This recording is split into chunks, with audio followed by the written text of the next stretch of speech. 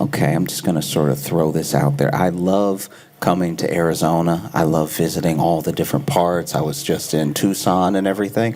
I will say, though, as a state, y'all got to decide which of the restaurants are just fronts. Like, just absolutely not a business at all.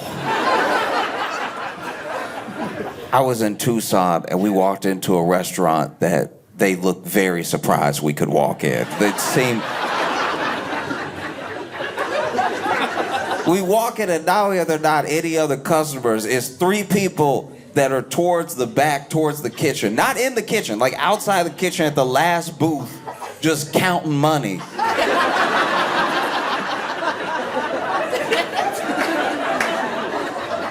If you run a business, your eyes should never be wide when you see a customer. We walk in, everybody, just looking caught. I was with Dave. Dave was like, are y'all open? And in my head, I was like, if you have to ask. And they were like, first of all, if you open, just say yes. This is crazy. They were like, yeah, sit anywhere.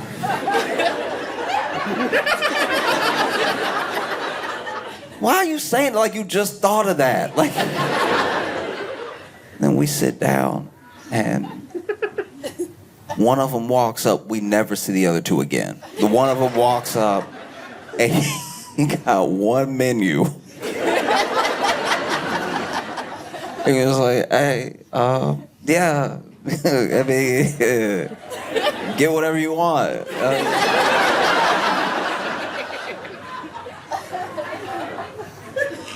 And then he is gone for a while. He's gone, and like, you could tell he was talking to the other ones, but so everybody whispering. But they're doing the loudest whispering I've heard in a long time. They're doing that panic whispering, because there's whispering when there's like, and then there's the whispering they were doing. It's like, well,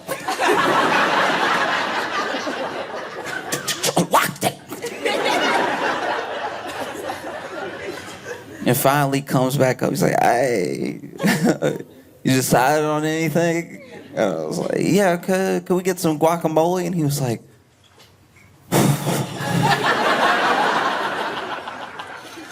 and then he left, and he was gone. He was gone for way longer than it takes to scoop guacamole. Like, I'm not complaining, I'm just noticing. I was like, all right, he already left us for quite a while after he gave us a menu, and now he's been gone for way longer. And then I see him, because in my head I'm like, oh, maybe he's making the guacamole. Maybe they're making it from scratch. Maybe it's one of those places. And sure enough, I see him walk out of the kitchen with a big old metal bowl, and you can hear him stirring the bowl and everything, stirring. And I think he's about to walk to our table, and he doesn't at all. This man walks out of the kitchen, is stirring the bowl, then walks up to the bar and grabs some salt from the bar and started shaking it in the bowl. And I was like, your kitchen doesn't have salt? Seemed like salt would be the first thing in the kitchen. The only way that could have been worse is if he had walked up to my table and grabbed the salt.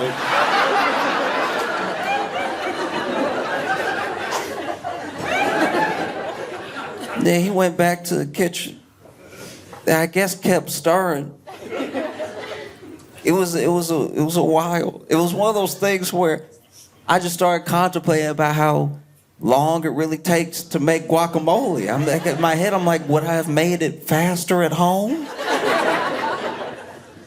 It feels like this restaurant was such a front that when we ordered the guacamole, he went to the back and he was like, listen, I made a list. You gotta go to the grocery store right now. All right, get 2 avocados, get 1 onion, 1 tomato, a little bit of pepper. Where's the salt? And then he finally brought out the guacamole, and it was funny the way he did it because he clearly made the guacamole, then slid it all into a cup, shook the cup real hard, and then put it down upside down because it was like a tower of guacamole. It was an upside down cup of guacamole on the plate with the chips all around, and like this just me noticing. I'm really not complaining, but it wasn't enough chips. It was clearly whatever chips were in the bag that was in the bag, because it wasn't the amount of chips you would need to finish this cup of guacamole stacked upside down. And the chips were interesting. They all had different consistency and everything. At a certain point, here's the thing about a chip for me. When I dip a chip in guacamole, just give it some strength. I hate to dip into guacamole and have it snap in front of me, and then I look crazy. I look like I don't know how to eat. Making me look greedy just because your chip doesn't have strong corners. So, take the chip, scoop some out, doesn't snap, already a good sign. And guacamole was actually phenomenal. It was actually really, really good. It was crazy. And so he was gone for a while, and then he comes back up like 10 minutes later, and he's like, how is it? And we were complimenting, like, this is actually really good. And we shouldn't have said actually, but under the circumstance. You know what I mean? Like, just under the circumstance, that y'all look surprised to see us. So how are we supposed to know the guacamole would be good? You look like you didn't plan on making any today. We were like, this is actually phenomenal. This is really, really good. And he was like, thanks, man. Wow, thank you. And I was like, wait, what? Why do you seem like you really needed to hear that right now? It was crazy. He's like, yeah, man, thank you. Thank you, dog. Appreciate it. Did y'all want to order something else? I will let you know before y'all order any cooked food. Our chef did leave, all right? I don't know when he gonna be back. It's like, all right, yeah, I guess y'all are a regular restaurant. That's fair enough. There's that, and then there's, especially when we were in Tucson, it felt like everybody was kind of trying to be healthy. There was so many like salad bowl places, but then there was an ice cream store next to every salad bowl place. This is the most ice cream stores per capita. There were ice cream stores across the street from each other, like rivals. And then while we were deciding where we were gonna eat, after we didn't eat, this dude was on a scooter, and he took a spill, right? He was on a scooter, and I don't know, I've never been a fan of these like bird scooters, these like, the one that you can just, as a pedestrian, hop on and ruin your life. You know what I'm talking about. The scooter that's just parked. You feel like you're stealing it. Like if it didn't take your phone to unlock it, you'd be like, this is a crime I'm doing right now. And how is it built? Remember those scooters from when we were little that just had the brake on the very end of the back wheel? It's somehow that scooter mixed with the throttle from a motorcycle. Because why'd they make them go so fast? You got people driving next to cars on the scooter or just murdering pedestrians. Because there's no tutorial. All you need is a credit card and you could just become a bullet. This is insane. There's no video to watch or anything. You just get off.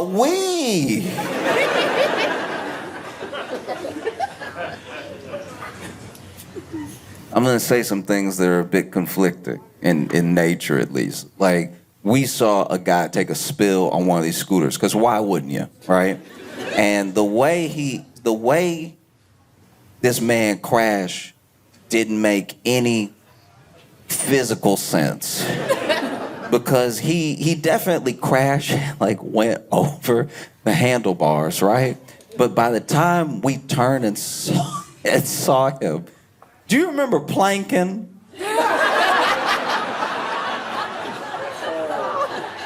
This man did a mix of planking and a stop motion music video, because he didn't just slide up to us on the ground. He really like like his whole body kept trying to stop on the pavement. I know that hurt. Glasses flew forward, flew off his head. Glasses weren't done flying. I don't know what I said. I was like, oh my gosh.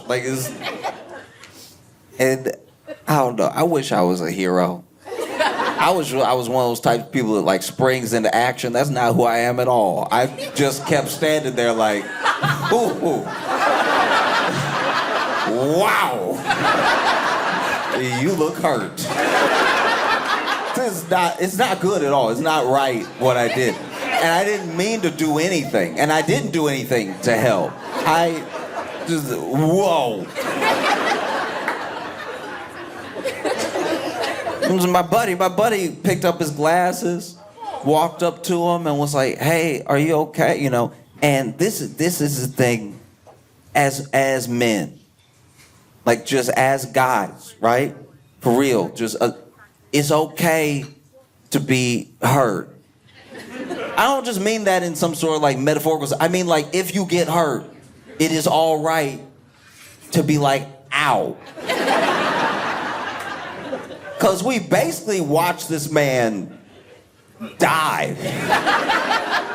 But then when we asked him if he was okay, after he got done sliding, and he realized we saw, but we were like, are you all right? This man in front of us just started doing push-ups.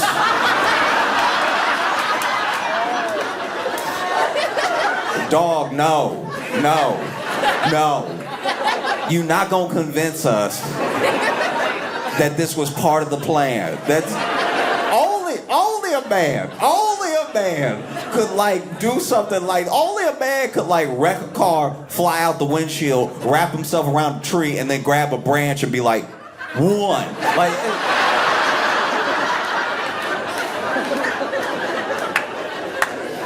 in what world? You must be out of your mind. Just doing push-ups, and then my buddy walked up with his glasses and then handed him his glasses. He was about to leave his glasses. He was about to get back all this, because here's the thing. This is one thing that I can say I relate to with my man here. When I fall, I also want to make sure that I never see the people who saw me fall again. When I fall, if I fall in front of you, it's either me or you. I gotta kill you now, and I hate that. But one of us has to go. This is too embarrassing. And so my man was about to drive off on the scooter he just fell from. I assume he needs glasses if he's wearing glasses. This man was about to get back on the scooter blind and drive off just to not be in front of us anymore. And my buddy walks up, hands his glasses back to him, and he's like, yeah, that thing got me. Just got me. And my buddy was like, the curve? Yeah, it tends to do that. Like, you gotta really pick street or sidewalk. The curb is kind of the only thing keeping those two apart. And then we noticed, like, he actually, you know, from all the sliding, he actually did scrape his chin pretty hard. So his chin was bleeding there. My buddy even said, he's like, you're bleeding. right? And then he goes, I know. No. You can't out tough blood.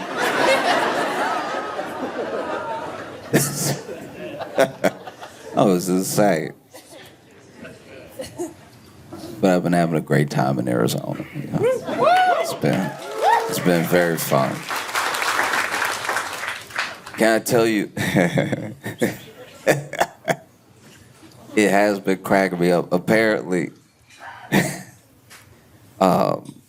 it looks like Marjorie Taylor Greene is gonna step down in January, right? Look, y'all cheer, but that means there's room for somebody crazier. That's so wild. Woo! Next person shows up. You're like, oh, maybe not. Because this is my thing. It is very funny to me that it took this little resistance for Marjorie Taylor Greene to be like, you know what, I'm up out of here. I don't know. The rumor is that Marjorie Taylor Greene wanted to run for Senate, and Trump said he wouldn't support her for Senate, that he'd only support if she stayed in her House position. Now, I don't know if that's because of the fact that they need the numbers where they are, or because he doesn't believe that she could win the entire state. Whatever it is, he told her no. And and then something changed. He told her no, and then something changed between them. You know what I mean? Like she was like, I think I want to go to the Senate, and Trump said no, and then she was like, oh my God, you're in the Epstein files. Like it was like it was pretty crazy. Because she has been she's been attacked with all the vindictive nature of somebody who wanted something and didn't get it. You know what I mean? Because now she won't like fully come out against him and say like, oh, you are covering up, you specifically. She keeps acting confused. I don't know why. No. If you ever date anybody like Marjorie Taylor Greene, you already know the tactic. I don't know why. Isn't that weird? I think it's kind of funny how like... Isn't that crazy that he just like won't release the Epstein file? Like, and I'm not even saying he did anything. I'm just saying, isn't it crazy that it kind of looks like that because he's like protesting too much?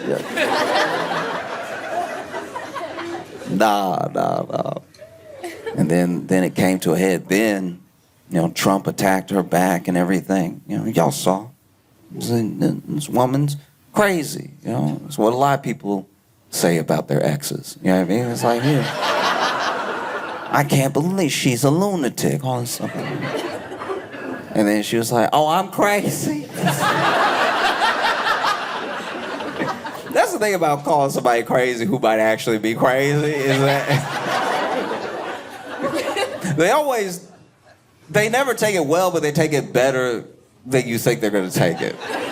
They have a crazy reaction to it. It's like, oh, I'm crazy. Fine. It's like, what does that mean?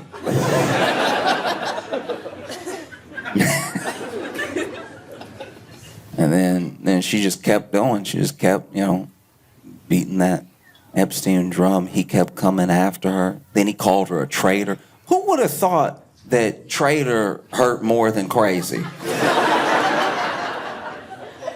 Do you know what I mean? This man was calling her a lunatic, called her every type of out of her name, out of your mind thing you could say about a person. And then he finally said she was a traitor, and she was like, whoa. I didn't know the gloves were off. That was crazy.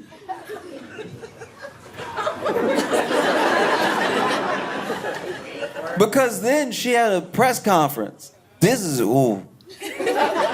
had a press conference.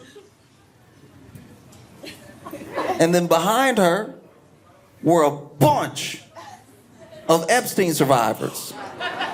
Yeah, like a bunch of women who were like, no, we've publicly been calling for the release of Epstein files forever, and then Marjorie standing right in front of them, got the microphones way too high.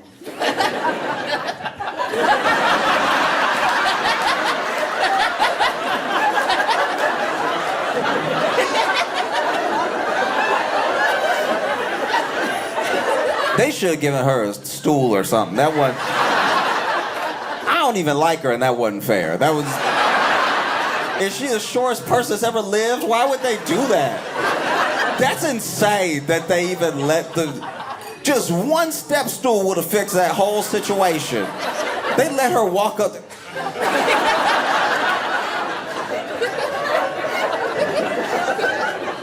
Who knows? Maybe they tried to help her. Maybe they did. Maybe they were like, you really should, to get to the lectern, you should probably have a little steps, do something like that. She was like, now the truth will make me tall.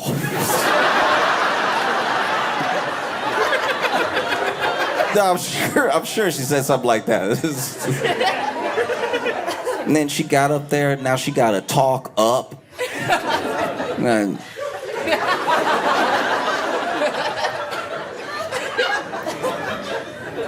the president.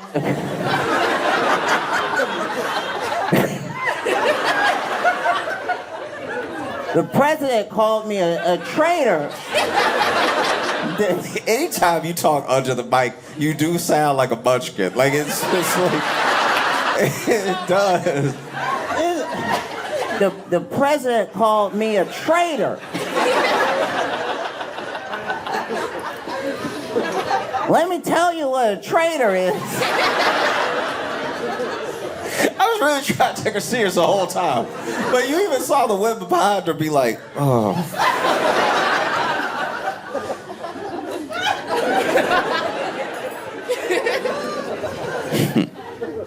And she almost, it was a moment. Look, maybe it's wishful thinking on my part. I'm willing to admit that. But there's a moment where I could swear she almost said president. Do you know what I mean? Like there's a moment in the she's alluding. She doesn't say it. She still doesn't quite say it. But she's over here. A traitor is is someone that sells this country out in billions of dollars to Argentina. Like, Margie, just say his name. Who else did that? Do you know what I mean? That's like when you live with a girlfriend, they're like, somebody didn't take out the trash last night. It's like,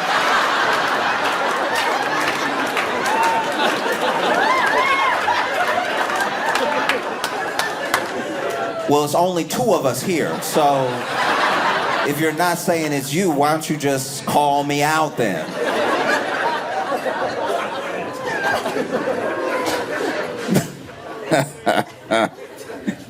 No, and then she said she's stepping down in January. Okay. All right. Yeah. It's weird. It's weird. It is. Because it's like she did, like I will say, so I'm trying to figure out how to put this. She did undergo a lot of harsh treatment from people based on Trump attacking her. Like when Trump attacked her, a lot of like MAGA itself seemed to turn on her. In a way that I'm just saying this as a spectator. Not taking any sides, I'm just saying. It does seem a little weird and unfair that you attack her now when she's like, how about we release the Epstein files? She's getting all sorts of threats and everything, all sorts of attacks and stuff. And then she went on CNN, trying to, I guess, do like some sort of like image rehabilitation or something like that. And she gets on there and she's like, I'm sorry for the toxic politics that I've been a part of.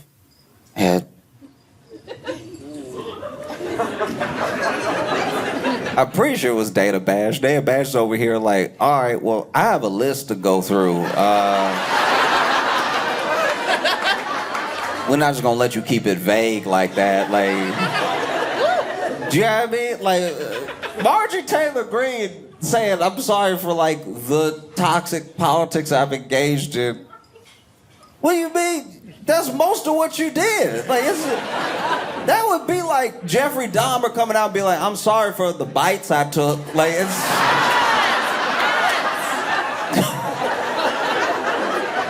Whoa, you are grossly understating your impact on the community.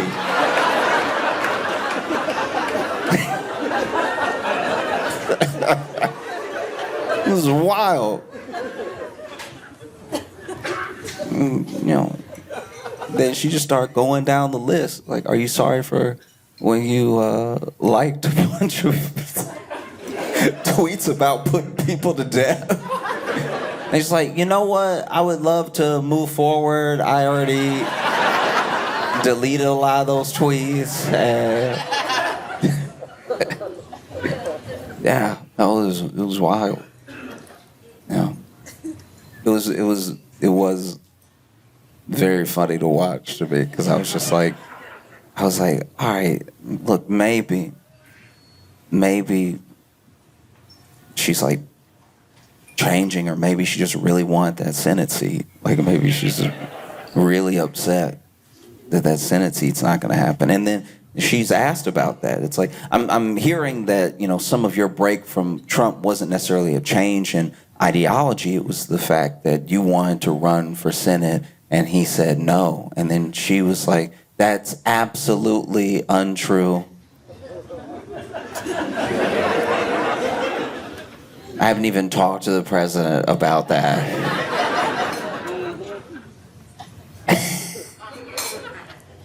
And then she talks about how she's been getting all these threats and everything. And look, I will say, nobody should be getting, like, you know, threats online or any of that stuff. Like sometimes it happens to somebody that's not a particularly good person, so you do care a bit less. But overall, no matter who it happens to, the whole idea of being better than the idea of doing something is you actually have to be better. You know what I mean? If you're on the side that's better, you have to be better, you have to act better, and sometimes that just means like not engaging in the thing. It shouldn't be a race to the bottom. And it is wild that people talk about like a violent, radical left all the time, but somebody just sort of like sick the right on Marjorie Taylor Greene, and she was like, yeah, I think I'm good. I don't know. These people have guns.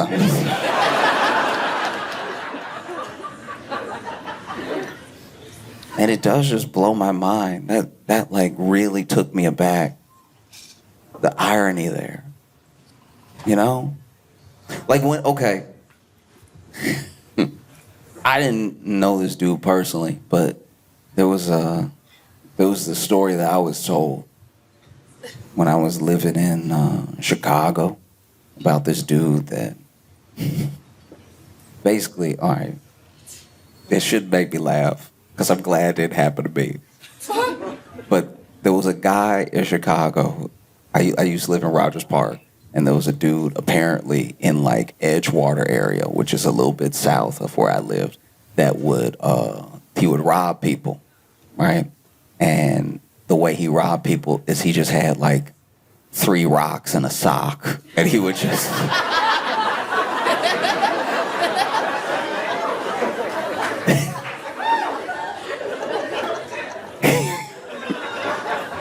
and it is, I don't know, it's like, that's terrifying. I don't know, I'm not saying a gun would be better, but a gun would be conventional. You know, like, is an upsetting idea that you could be robbed in a sort of David Goliath type situation. You know? Nobody prepares for that. Like, You know what I mean? If somebody has a knife, you like, no, okay, they mean business, right? If somebody got 3 rocks and a sock, you like, are they serious? And so he would rob people, right? And he did this like off and on in the area for like a month and a half. Like people would just talk about it. I used to work at a grocery store that was like in that area, so people would just be talking about it at work and everything. And then finally, there was one day he tried to rob somebody. There's rocks in his sock. But they had a shovel. Apparently they hit him with a shovel and took 5 wallets off of him.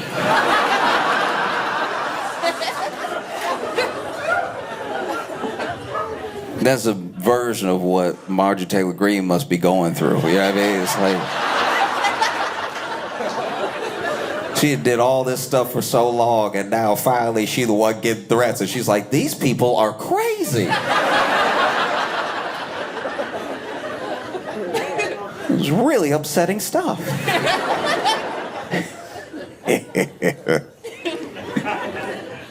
I don't know. Yeah, I don't even know where she'll go after this. Because a lot of people move from government to like the private sector. They do a lot of speaking engagements and stuff like that. They do a lot of... I don't know. I really don't. You know what I mean? Who's gonna hire Marjorie Taylor Greene for a speaking engagement?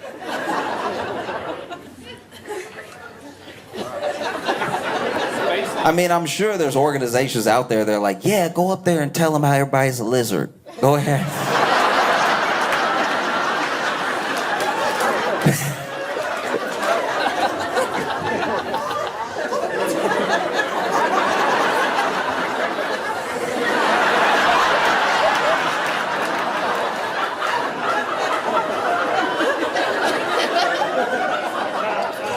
What you have to understand about the lizard people that they have and wear skin just like ours. They walk amongst us.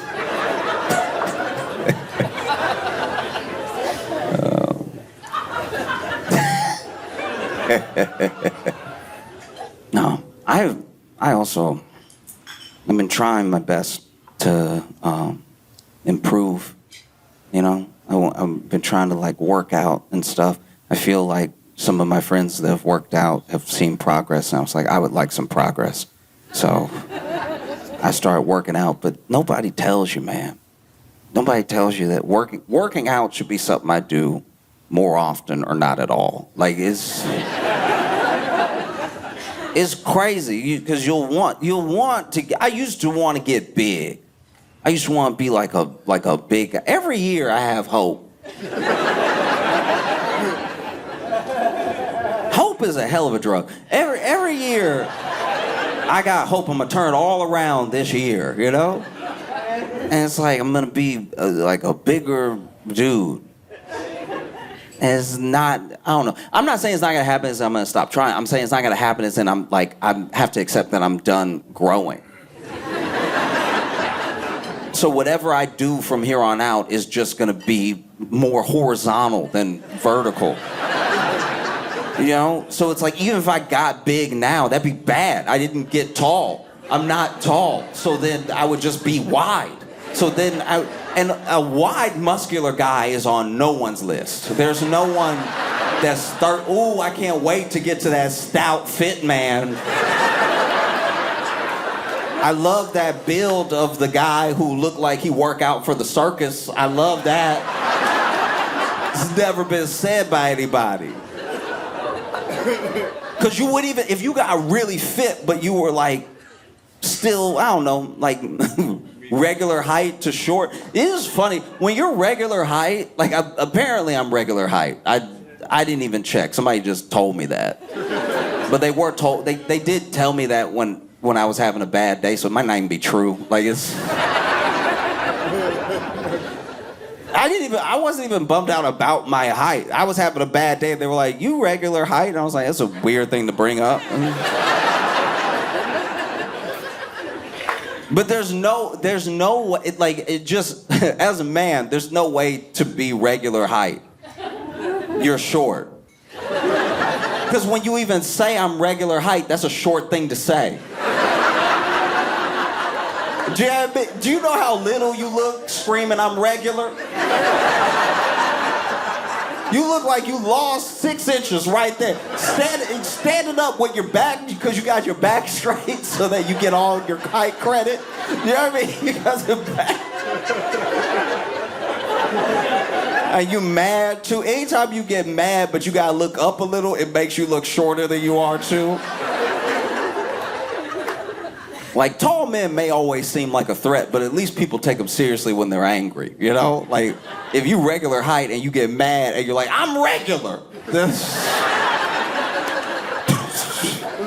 No, you're a little guy now, you know? And so I've been working out, but it's like, I don't know, nothing's happening. Nothing's happening, you know? Like, you be like, oh yeah, work. I'll even see other people's transformation video where they're like, I worked out for 8 months and look at me now and look at me then. And it's like, yeah, okay. Yeah, let's try that. And then you go to the gym and it just hurt. They leave that out, that is gonna just hurt the whole time. Everything you wanna do hurt. Like, you want big arms, you're gonna have to hurt your arms for a while. You basically gonna have to hurt your arms 3 times a week and make sure you eat enough steak but don't have a heart attack. It was crazy. You know what I mean? It's like, oh, get all your protein in. It's like, all right, but what if I'm ready to throw up? Like, I can only eat so much. I'm regular height. You can't fit all the food in you. You need to be bigger if you want to be bigger with muscle. You could be bigger just in general. You could just start with Oreos and never stop, and then I could be a bigger man that way, yes. But I was trying to do it like that back of the arm muscle. You know that one that like flexes when you point? Just try and get one of those. I mean, hopefully 2. You would hate to just have one. Be terrible. Be terrible. You out here working your hardest too. You know, just working, doing pull-ups and pushes. We gotta figure out which one of these exercises work. You know what I mean? Some of them are like functional. Like I understand a deadlift to me makes sense because it's picking up the heavy. That's the dumbest way I could have said it, but it's true. A deadlift is just you pick up heavy. And then if you pick up heavy, strong. This must have been how the cavemen said it. You know what I mean? This must have been how, like, when they were first inventing working out, when they were like, oh, your life isn't that hard, so you're not as strong as us, so if you want to get as strong as us, you have to simulate it. They didn't say simulate, that word wasn't invented yet, but like, you have to simulate it by doing as much work as we do, but just doing it in like little intervals. They wouldn't have said intervals either, but they were just like, pick up big, then strong, right? And then somebody picked it up. Again, and they picked it up again. And then they picked it up to the point where it was easy. And it was like, all right, you're strong now. That is strong, you know? And it's always nice, especially if you're regular height, to be strong. Because nobody expects it. I don't know what it is we do. I don't know why we do this. But there is a certain amount of help needed on the shelf, we assume that person also can't pick up stuff. Because they made, I don't know why they did this, by the way, but they made a shelf at the grocery store that is 1 finger higher than regular height. It's one, because you can touch it. This is extra embarrassing. When you can touch,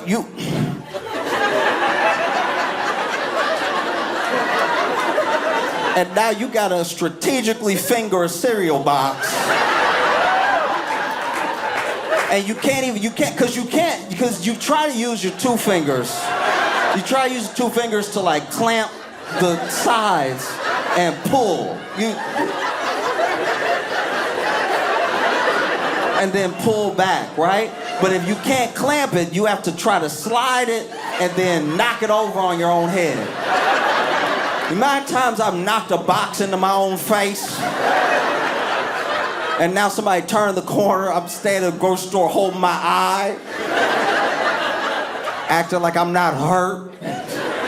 Caught a corner in the eye. Corner of a cereal box. I don't know, why would they do that? It's crazy. Why would you do that? No one likes it. Just stop using that shelf. Put an ad on that shelf. I'll look up. Stop doing that, because then it puts us both in a terrible position. Puts us both in a very bad position, because now I gotta ask a tall man for help. I'd rather die. Now I gotta ask a tall man to help me like I'm his child. I don't know him. And then he gotta help me or else he evil. I do have a tall friend who gets asked all the time for stuff like that, and he doesn't do it at all. And I'm like, you know how many people just wish a death on you? Like, do you know how many people, you over here walking down the aisle, and there's just little people, can you get the pickles? And then you over here, nah, I'm good. It's like, that's a crazy thing. It's your day. You should be able to do what you want with your day, but that is a crazy way to respond. Somebody needs help because the grocery store ran out of space, I guess they had to build up. So they made a skyscraper shelf that nobody can reach up, so that you reach up as hard as you can, and you over here.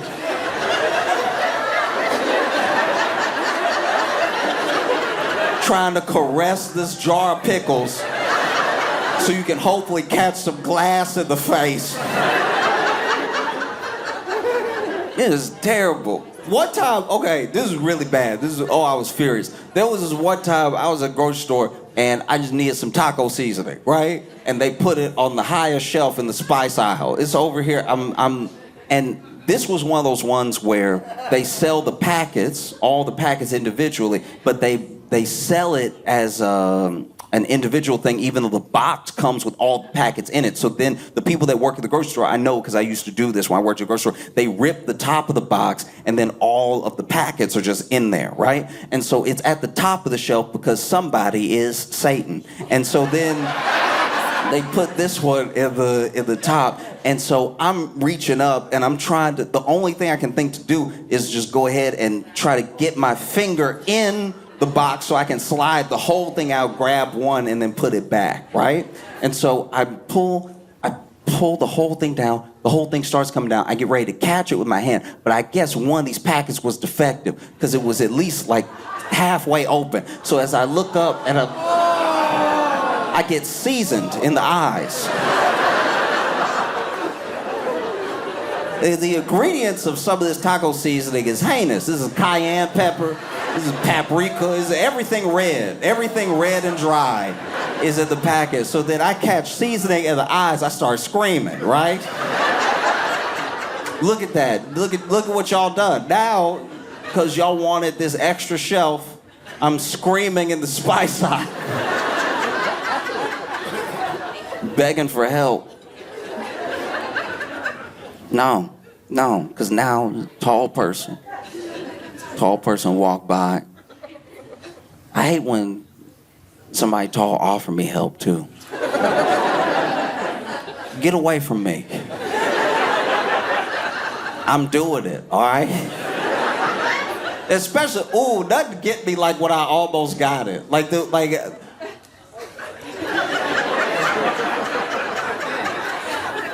Edge is about to slide off the top of the shelf. I almost got it. And then walk up, do you need help?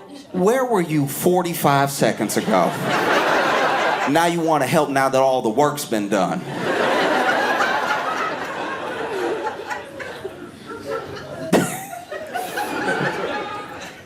I don't actually hate tall men. I'm like mostly joking. I am. I do have a friend. He's 6'3", and one time he was crying, and I didn't feel bad for him.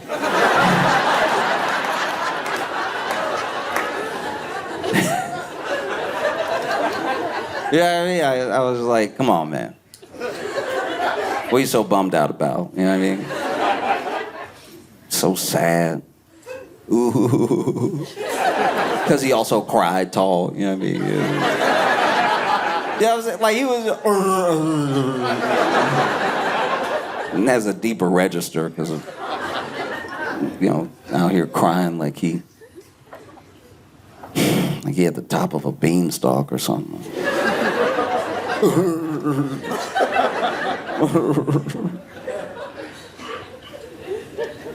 What are you crying for? Just stand up. Like, as soon as you stand up, be like, oh yeah. No, I understand. I'm clearly joking. Tall people do have problems. Like door frames.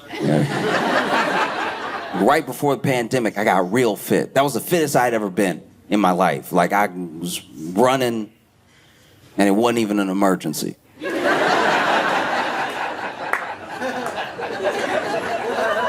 There's only two reasons to run, from or to. But I was running, because when I started running, I wasn't good at running at all. And I don't mean that I fell. I could run, like I was running. But I wasn't a good runner in that when I would run for exercise, like let's say I was just out having a run, it did look like an emergency to the people who were witnessing me run. Like, they weren't like, he is jogging. They were like, uh-oh.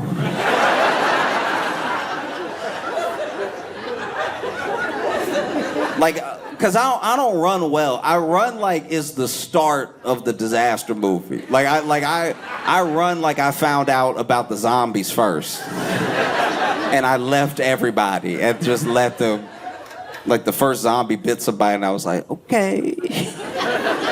And I dipped out. Because the way that I start running is not good. Because when I start running, because it feels dumb to start running at all. Do you know what I mean? When you're already running, especially if you're fit, or if you're just like a general like hot person, or if you got a good stride, running looks good on you. You see people, like when people run the marathon and they're doing that like kick as they run, that like, I'm like, what is that? I've never seen somebody run so efficiently, But to start running, and it's not a race. You're just running because you wanted to. This is your workout. And you decide you're going to run today. And, you don't want to start running like it's actual. You don't want to bend down. That seems very dumb. So the way that I start running, it just doesn't look good. It's like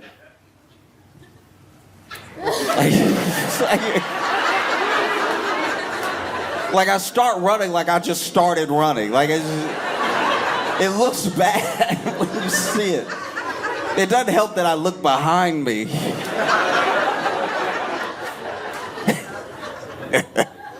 Yeah, I just start running. There was one time I was running for a workout, and I had been running all week, so I had been doing a couple miles all week. So by this like 5th, 6th day, I was actually super comfortable with running. I didn't feel as dumb doing it because I had been doing it for so long. I was like, I'm getting there. I get a couple miles in every day, get home, I've worked out. This is great, right? And then I was like, you know what I'm gonna do? Now that I've built up a sort of tolerance around getting started, I got my confidence up, I'm gonna try to run faster and a little further than I have the other days. I think this is how people get fit. And so I take off, right? And I take off exactly like we talked about. This is still how I start running. Right? But I take off running, and as I take off running, I start like kicking, trying to do the like stride kick I see the runners do in the marathon or in like clips on Instagram, stuff like that. I'm really trying to run. And then I'm picking up speed because I'm like, look, I can stop running whenever I want. So I might as well run as hard as I can, right? And so I was running. Then I noticed this guy behind me. And it was like he was running the same way that I was running. So I was like, oh, I wonder if that Forrest Gump thing is happening. Do you know what I mean? Like, I wonder if I'm oozing so much confidence, I hadn't got a follower.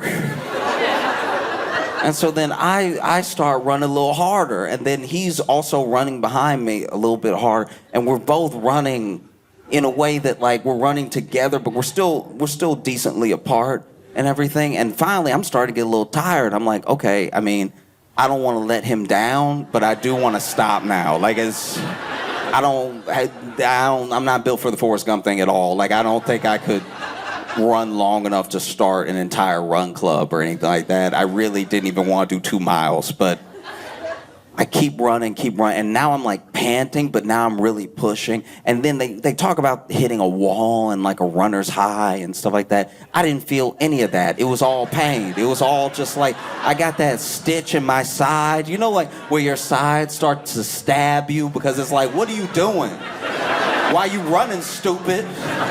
We're not meant to run. Sit down. And so then my side starts hurting, but then I'm holding my side as I'm running, which then looks really bad. Like, if it looked bad when I start running, seeing me run,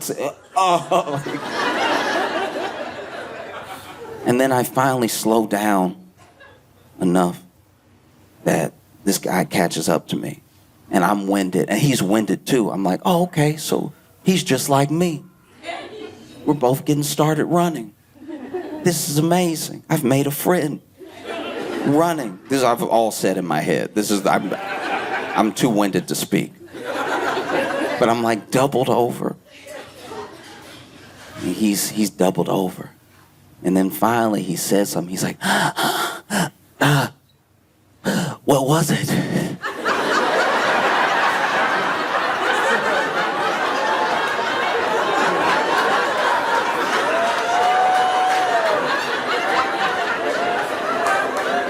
And I was like, what was what? He was like, what did you see?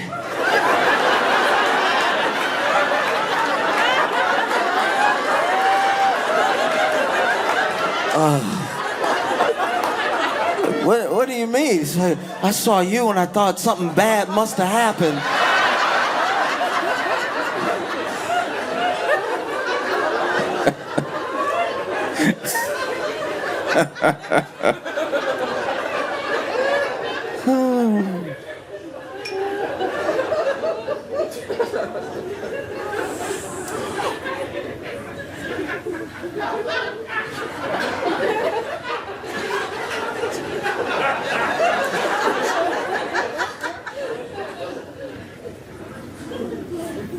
You know who works out hard?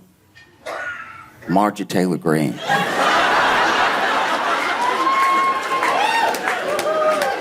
I think that makes her even scarier because it's like, usually when you meet somebody who believes a bunch of conspiracy theories, they've been like, you know what I mean? And separated from society and in a basement for too long. You never meet anybody strong who's like, hey, have you heard about the lizard people? Okay, all right. This is very uncomfortable because you could also kill me. Like, there's a young woman named Riley Gaines, right? And Riley Gaines is famous because she was a swimmer, and basically in, I guess, the biggest competition of her life, she placed 5th, and a trans woman placed 4th. And so she's like, oh, if that athlete was not in the race, I would have qualified and gone on to the next stage. And that's like the hill she's dying on. That started her political career, and then that's why she gets invited to all these speaking engagements. And it is wild to me that you would tell so many people you were never gonna win. Like, that's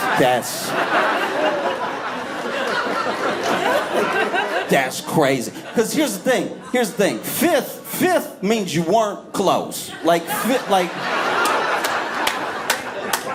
Fifth is crazy. Like, that's, you know what I mean? You don't even have a silver medal type of bone to pick. It's like they don't make podiums for where you were gonna place. Even if this person was not in your way, all right, you still can't swim as good as other people.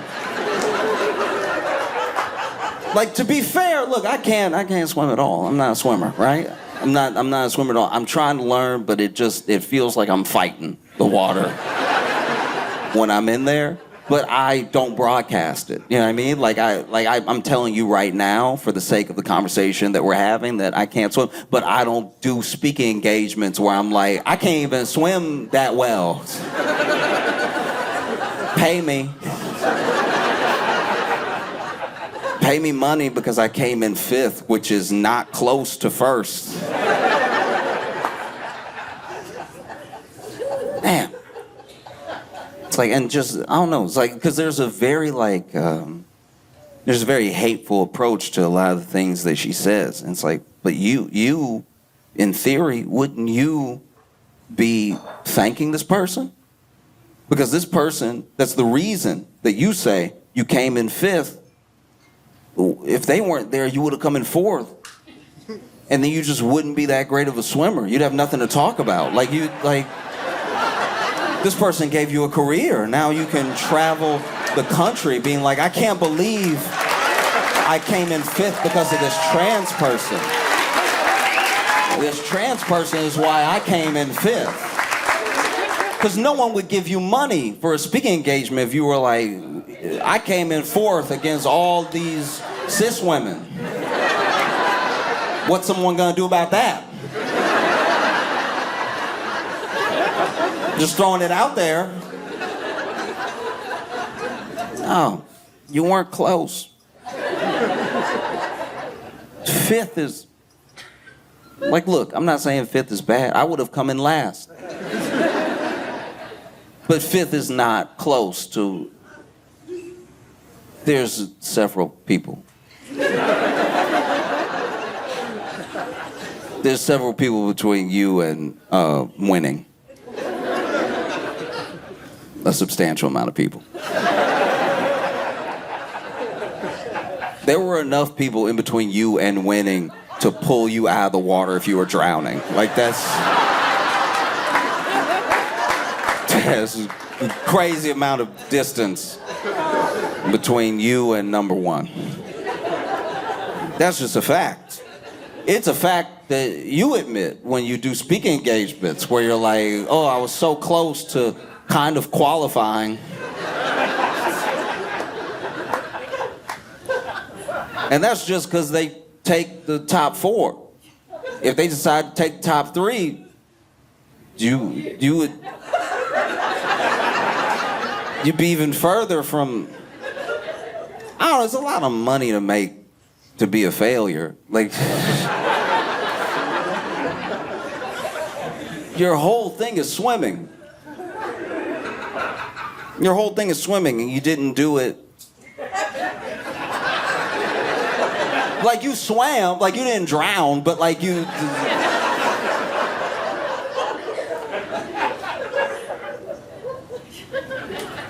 It just feels like that's what a lot of this stuff is, you know? It's a lot of an attachment to someone to blame for something you were never gonna get anyway. You know? Like, that's what a lot of it is. It's like sometimes I'll see people, even with the idea of like taking jobs, right? Oh, they're coming to this country, they're taking the jobs, and it's like, yeah, okay, they're taking the jobs. What do you do? Do you know what I mean? Like, it's weird when it's like an assistant manager at like a Wendy's being like, they're taking the jobs. It's like, yeah, but not this job. Like, what's... Like, some of the people that are so mad, I'm like, yes, but they are not in between you and the thing that you want. The person in between you and the thing that you want is the person who already has it. Is someone doing better than you? Is someone doing better than you that has it? So if you wanted a better job, the person that you should be mad at is the person that gives out the better jobs. The person who is willing to do any job is doing worse than you. It's weird to blame them when they don't affect you at all. Not like that. So then the person you should be mad at is the person who is keeping, and they planned it. They planned this whole thing. They made it so that you would blame this person, because when you do, you're not looking up at who's holding up all the stuff over your head. You should be mad at them up here the way that you would get mad at like a tall person walking up to you as you're like trying so hard. You're trying to pinch as hard as you can, like just a better job, just more opportunity. And they're like, hey, you want some help? Do you feel like is help? No. How are you gonna get mad at somebody doing worse than you? No, they're not keeping you from anything, you know? It's like getting mad at the bottom shelf because you couldn't reach the top.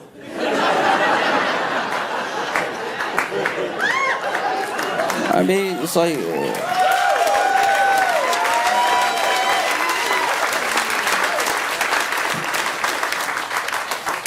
It's like getting mad that you're in 5th place when you were never gonna be first.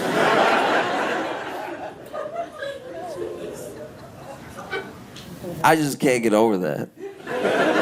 Because I remember the first time I heard about Riley Gaines, I genuinely, what I thought happened was that she was second.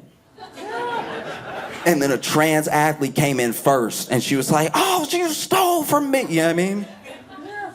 And then when I heard that they don't even make a type of medal for the position she came in, it goes gold, silver, bronze. I guess you could give 4th place like aluminum or something, and then you could give 5th place like wood, maybe.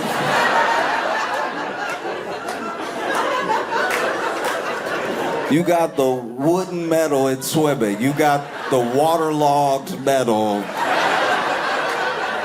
in swimming.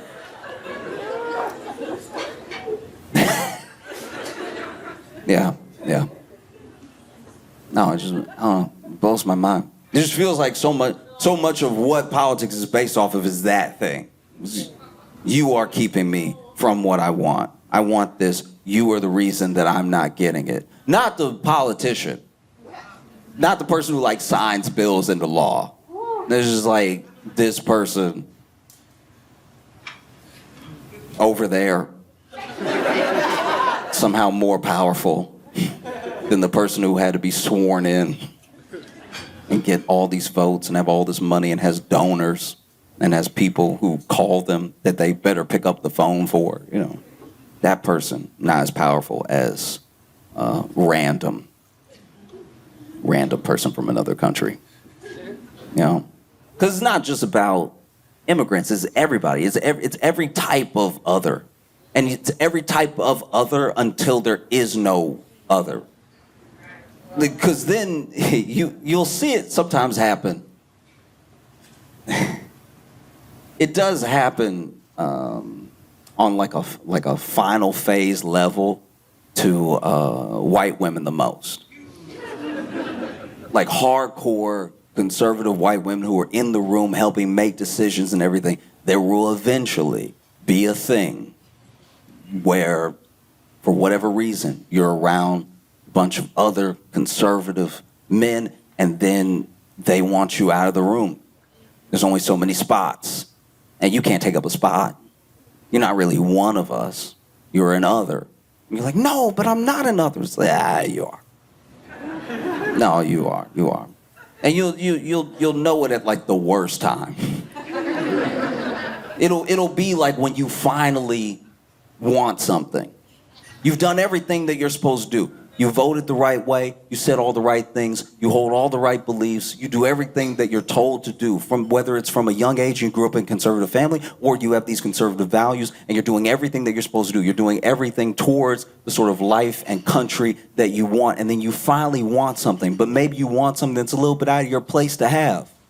You know? Maybe you wanna step into a position that other people don't want to see you in, right? Maybe you want to be like a senator, and right now you're a House rep, and so then they tell you no.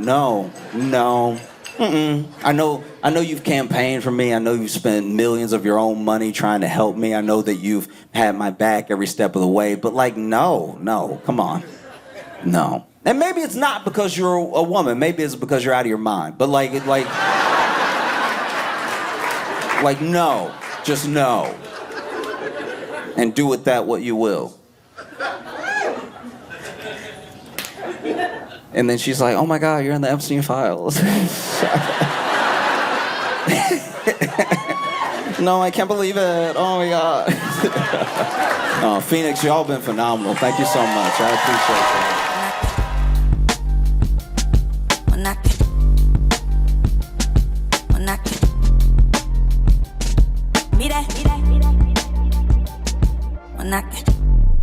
Give it up for Josh Johnson!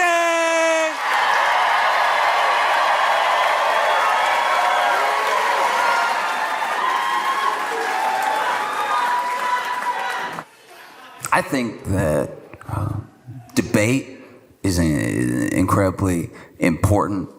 It means a lot if you can take the time to distill all your thoughts, put them up against the thoughts of someone that you don't agree with, and at least come to some common ground, find some basis in reality of at least why the two of you believe what you believe, right? My worry, though, is that every day debate is getting dumber. Like in a way that's not even savable now. I mean, it's one thing for us to disagree about something and then try to talk the thing out as best as possible. But what's happening now is insane. Especially online. I am watching so many people argue if 100 men can beat one gorilla.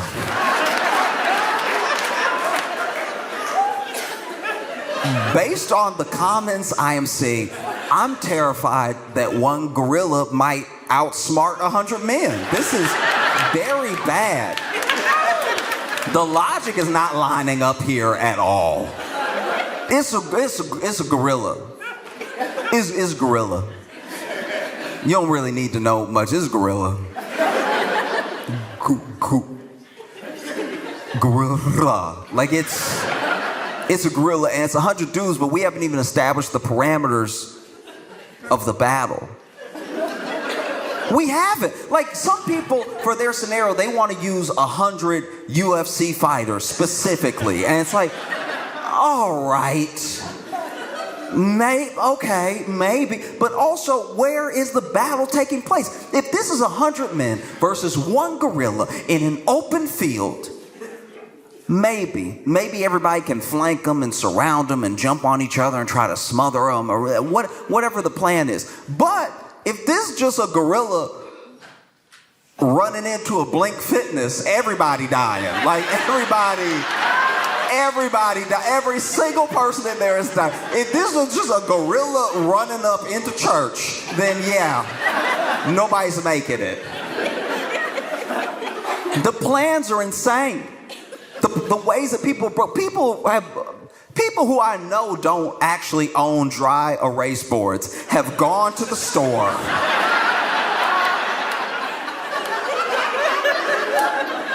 bought a dry erase board specifically for this purpose, brought it home and then put it in front of their phone like they just had that in the garage or something, breaking out the marker, going through the whole thing. And this is what gets me, right? Is that no matter who you talk to, No matter who you talk to, anyone that really believes that these 100 men are gonna beat this one gorilla, no matter who you talk to, everybody is like, all right, look, some of y'all will die. It's like, that's why it's not gonna work. You didn't say us. You said some of y'all, which means you plan on. That's the thing that really gets me, is that you're assuming that 100 men are gonna cooperate. Like, you're assuming 100 men are just gonna be like, yeah, you got it, boss. No, you know what I mean? Cooks are gonna be in that kitchen. Probably enough for a gorilla to kill. That's crazy. 100.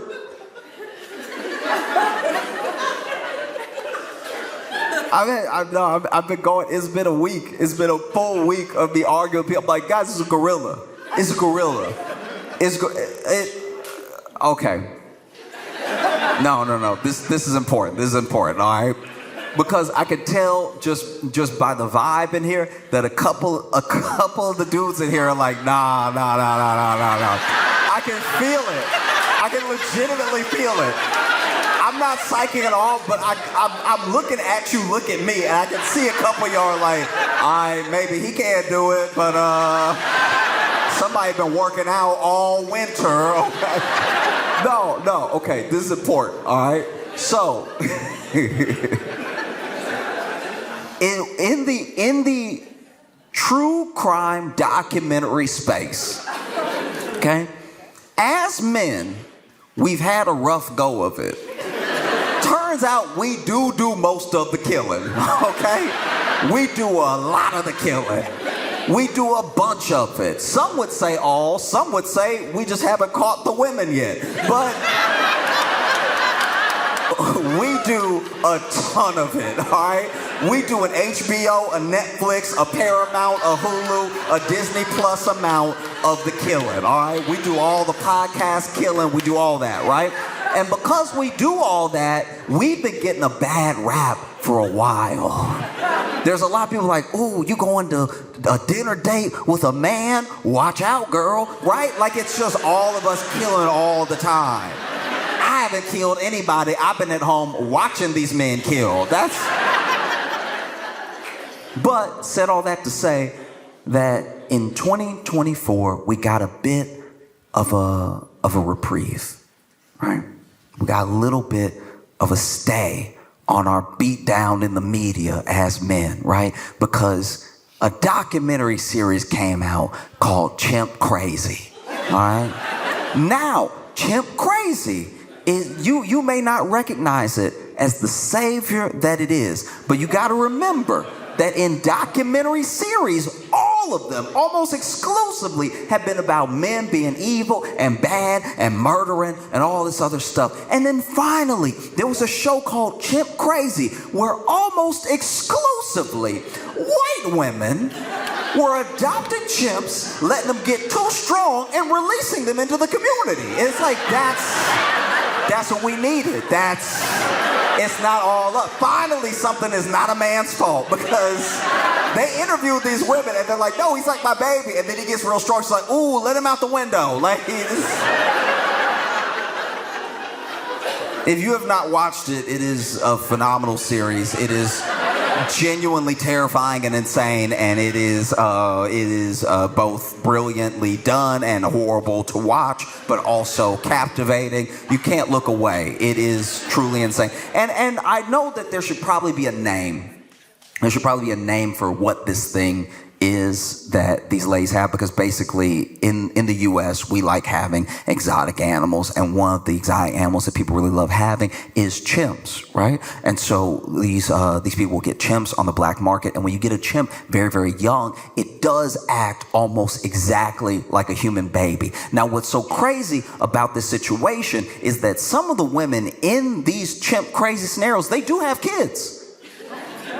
They have kids. The kid will even be like, oh yeah, I went to college and came back and she didn't notice. She loved that chimp. That chimp is her favorite. Yeah, I don't even know what to do. Right? So some of these women do have kids, some of them don't, right? But they treat the chimp like a child, because when they get it, it genuinely needs them the way that a baby would need a mother. They even have to hold the bottle for the milk, and they have to cradle it just like a baby and everything. And it's very sweet, it's very cute, and the chimp does get attached to them, like deeply attached, like a baby would, right? And the first 2 years of owning a chimp, you shouldn't do it, don't do it. The first 2 years of owning a chimp is exactly like having a baby. You know, they're not really talking, they're learning to walk, they're doing all the stuff like on this sort of timetable that's almost close to like a human baby, right? And then at three, the chimp does get stronger than a baby, but still acting like a baby. You can still train it and tell it what to do and get it to stop doing stuff and everything, because the chimp is like, it's taking in all of the stimulus around it, and if you raise it like a kid, it'll start acting like a kid. At five is where you run into trouble, because at 5 is the first time the chimp looks around and goes, I'm the strongest one in here. I don't think I'm going to bed. All right? So, said all that to say that one example is in the show Chimp Crazy. This woman is, okay, so she has her chimp, right?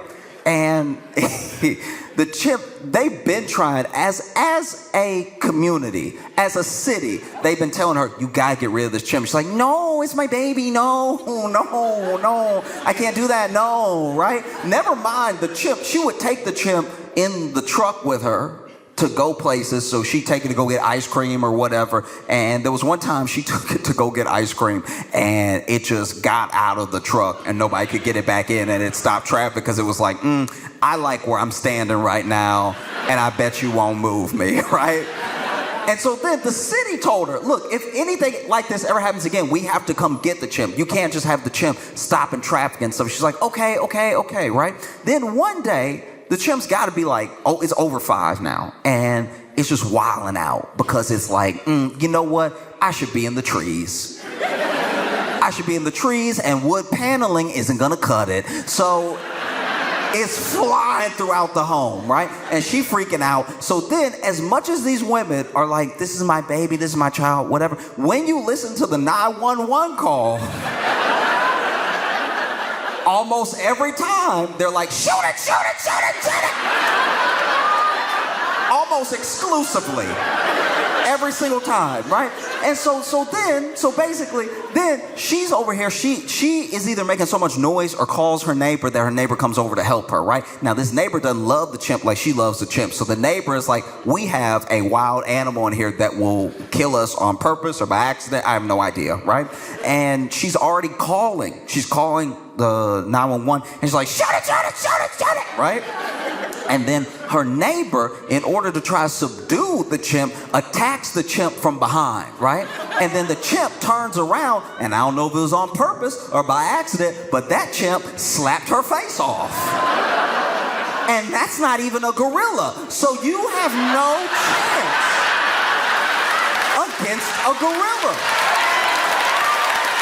In what world do you have the nerve to think you could last again? And then you see the dudes in here. No, okay, we gonna send them in waves, right? So that first wave gonna get in there trying to tire him out. It's like, no, he won't get tired if he killed for fun. If murder is his favorite game, he's not gonna get tired of anything. No. You run it up on that gorilla. Gorilla just grabbed 2 dudes, right? Just grab their legs, use them as nunchucks to beat everybody else. They're over here going full Bruce Lee with it.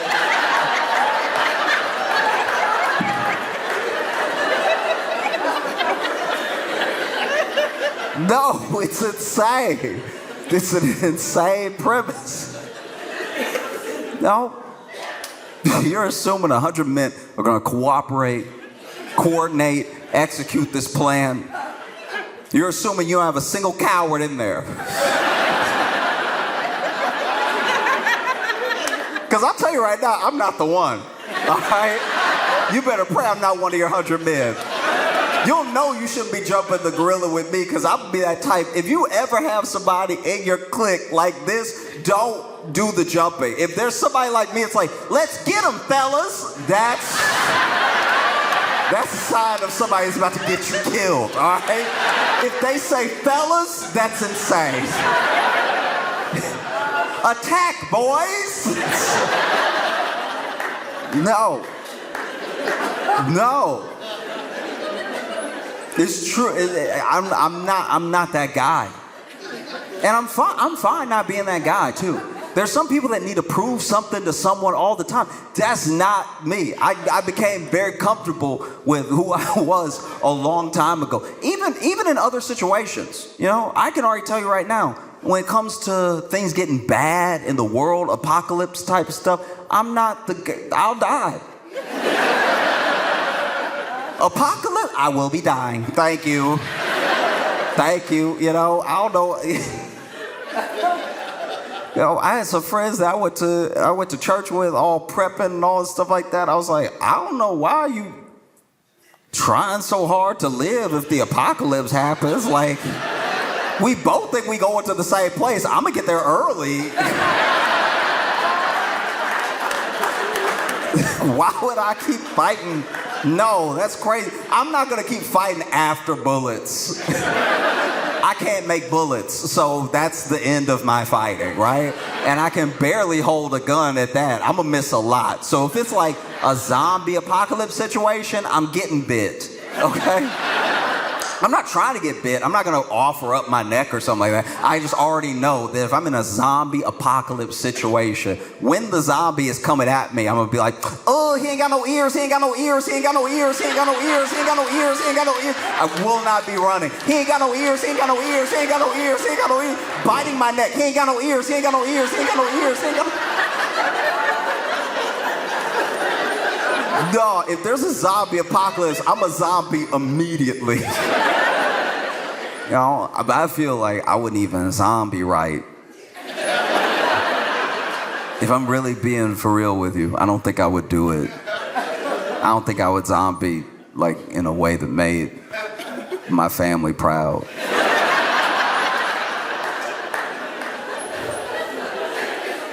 Do you know what I mean? Like, I don't think I could. Because I'm already not a fighter. I wasn't fighting enough to not be a zombie. I was ready to die.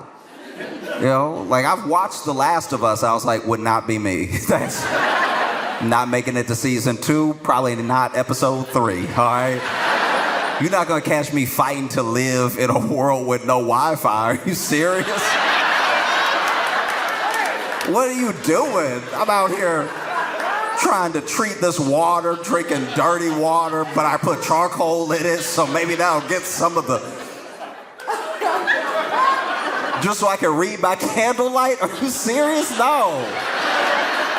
I'm not gonna be fighting this hard to live in the past. No, and then I get bit, now I'm a zombie, and I'm an embarrassing zombie. I just don't think I would have... I don't know if I got the base to be a zombie. Do you know what I mean? Because zombies supposed to be like,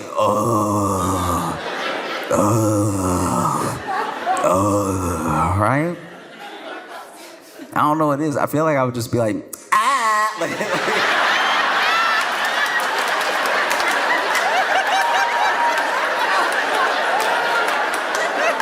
I got my hands wrong too.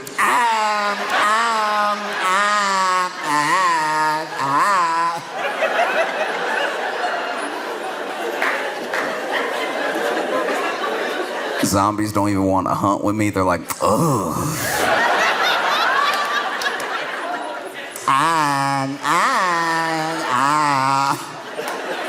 Even humans are like, can I be bit by anybody but him? Like, I don't like what he's doing.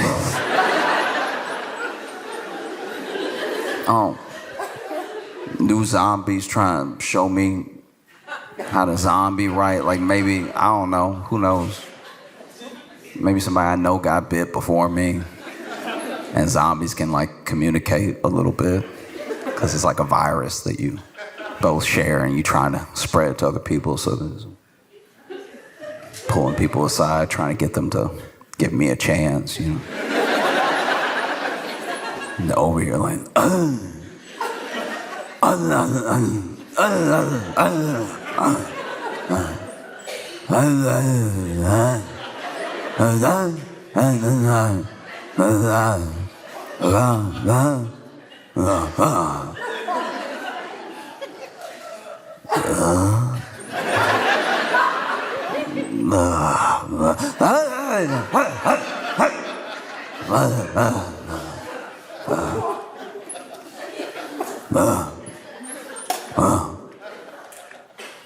yeah.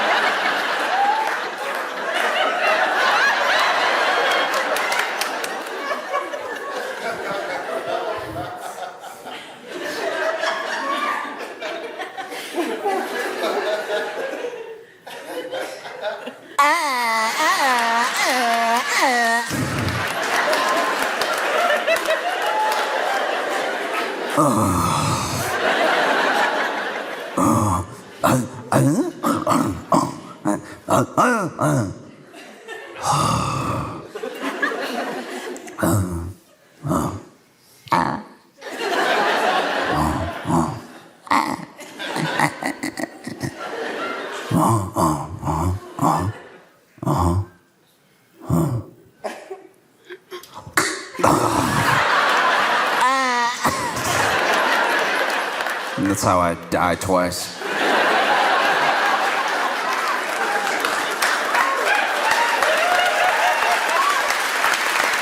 Like, all I'm saying, all I'm really trying to say is that I'm not like a survivor in that way, you know? And so if it's me and 99 other people, it is up to those 99 other people to take out this gorilla. Because the other thing, even when you have a plan, famously, Mike Tyson said everyone has a plan until they get punched in the face. In the case of a gorilla, everyone has a plan until they get their whole face slapped off. Because even if we're all charging in, let's get them, fellas. Even if we're all rushing in, right? And we're boot to boot, side by side. You're there to protect the man next to you, and you're running in with everything that you have. We will, out of instinct, stop the first face that comes on. We will be like, ooh, that, just that hesitation alone, 3 more of us died. Just that, oh, you can't even have that.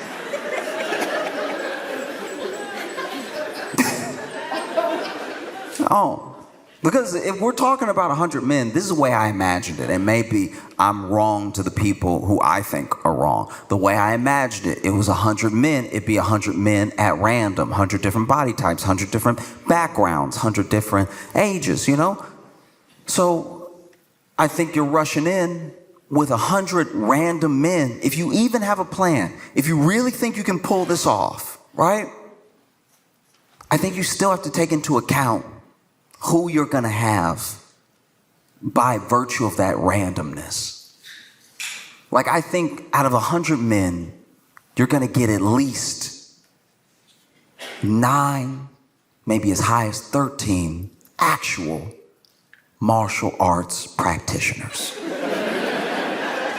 People who actually know how to fight. And actually knowing how to fight may not save you, because you got to remember, men lose fights to men.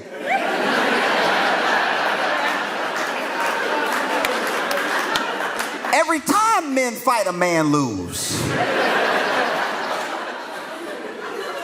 So just because he knows some stuff doesn't mean it's going to be effective. You might have your jiu-jitsu practitioner in there. Blue, black, who knows?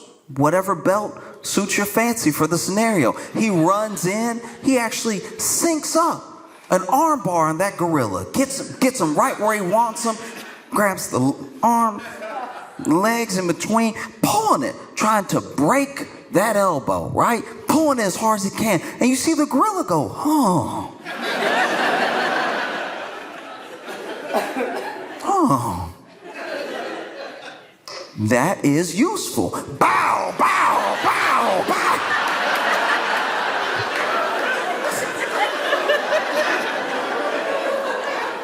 Now you just made the gorilla a gauntlet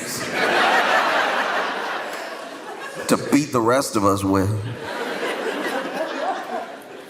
You know? Get a Muay Thai fighter in there. Ooh. Muay Thai with the short, close combat. That's where you get the elbows in, where you get the knees in, right? And maybe he gets that gorilla right where he wants him, jumps up, wraps his hands around the gorilla's head, goes for that knee, right? And then the gorilla's like, that knee was delicious. Turns out knees are my favorite flavor. I will be attributing that to the rest of my combatants. You might have somebody in there. Ooh. Somebody well-versed, potentially a master of Kung Fu. And we're talking old-style Kung Fu, the things they made the movies of, right? He'll be a great distraction. You have him off to the side. Hey, gorilla!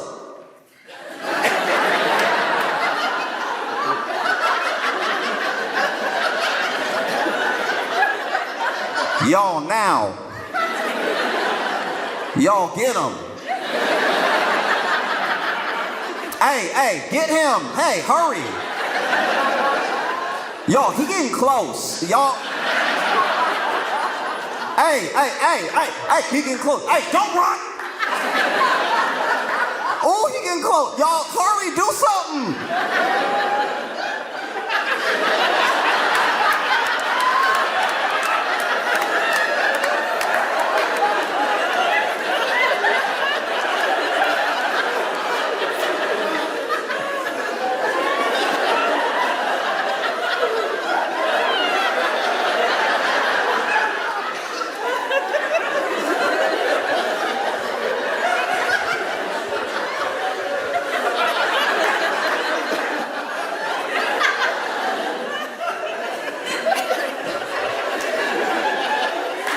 The last half was in heaven because he died away,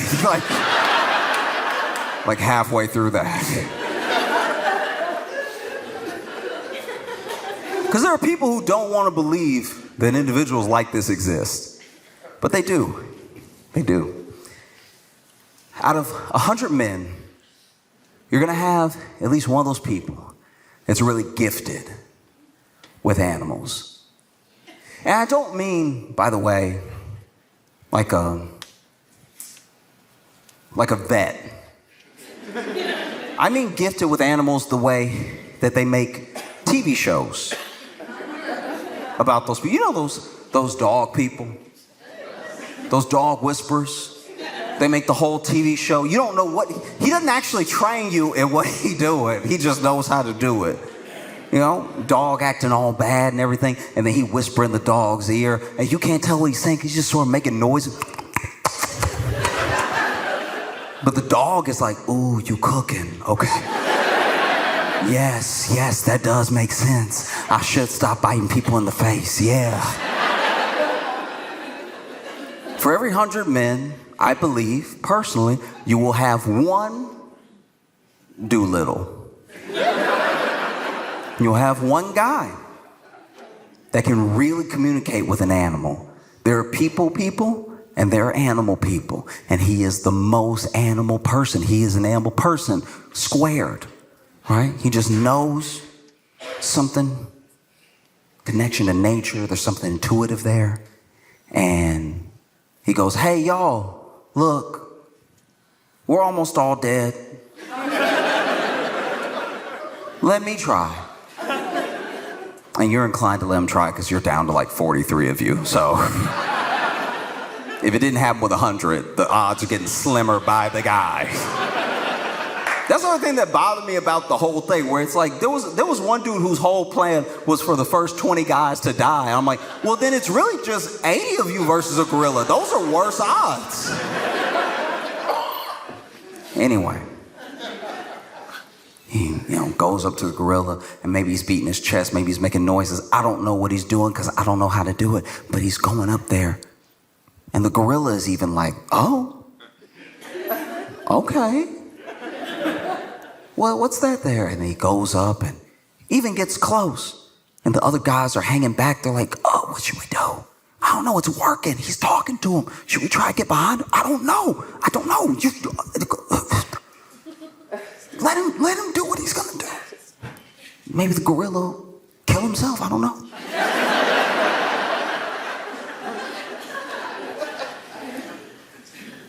He goes up to the gorilla, and he's communicating in whatever shared language, shared motions, movements that they have. And he tells that gorilla, hey, look.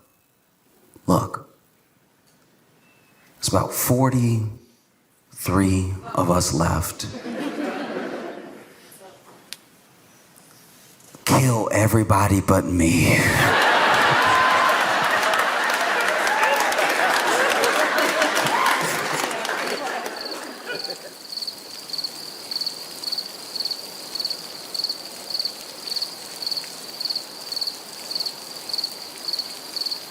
Hey friends, I was actually off the road last weekend, so we're still dropping an unreleased set, but stay tuned afterwards because I'm going to be answering some of your questions from the internet. And if you have other questions that I don't get to, you can drop them in the comments. And if you have any questions at all, just keep being cool to each other. See you in a bit. I've also been obsessing over that lady on TikTok who was digging in her yard and found that rug. Like, in case you didn't see this, there's a woman that was on TikTok, right? And this will be important later, but she's white, all right? And basically, she was making TikToks for like her fans and her friends and stuff. And in one of her TikToks, she comes onto the TikTok and she's like, y'all, I think my house is haunted. Okay? And then she starts giving her reason, and she does a little tour of her office where all these things are moved that aren't supposed to be moved. She's like, I'm the only one that comes in here, and this is here, and it's usually up here, and then this is moved over here. And then when I opened my laptop, the laptop was like cracked from the inside. Like and you could see it. It was like corrupt, like it looked like ink had been spilled. It was so shattered on the inside, right? And she was like, I don't know. I think I have a ghost. And in my head, I'm watching this, and I'm just sort of pulling from life experience. I'm just kind of like, you ain't ever been robbed before? Like,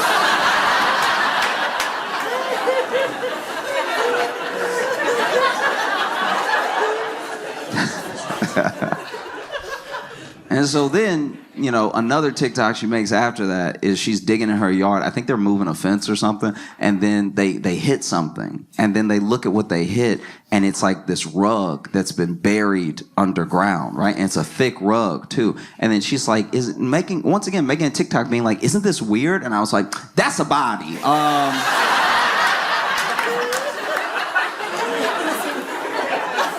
That's clearly a body, okay?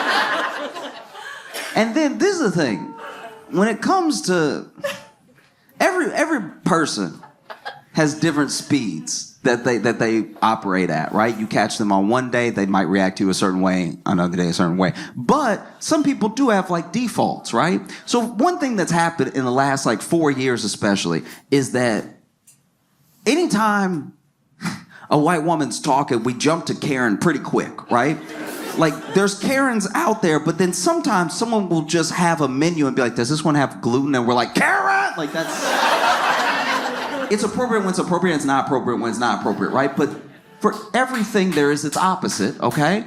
And I think that for for us, we do need to start talking about the complete opposite, because we all know this person. We all know the white woman who doesn't want to make a big deal out of anything. We've all met this person. She could literally be on fire. And she's like, y'all, I'm just warm. Like, no. You are in danger, Bethany. Let us help you.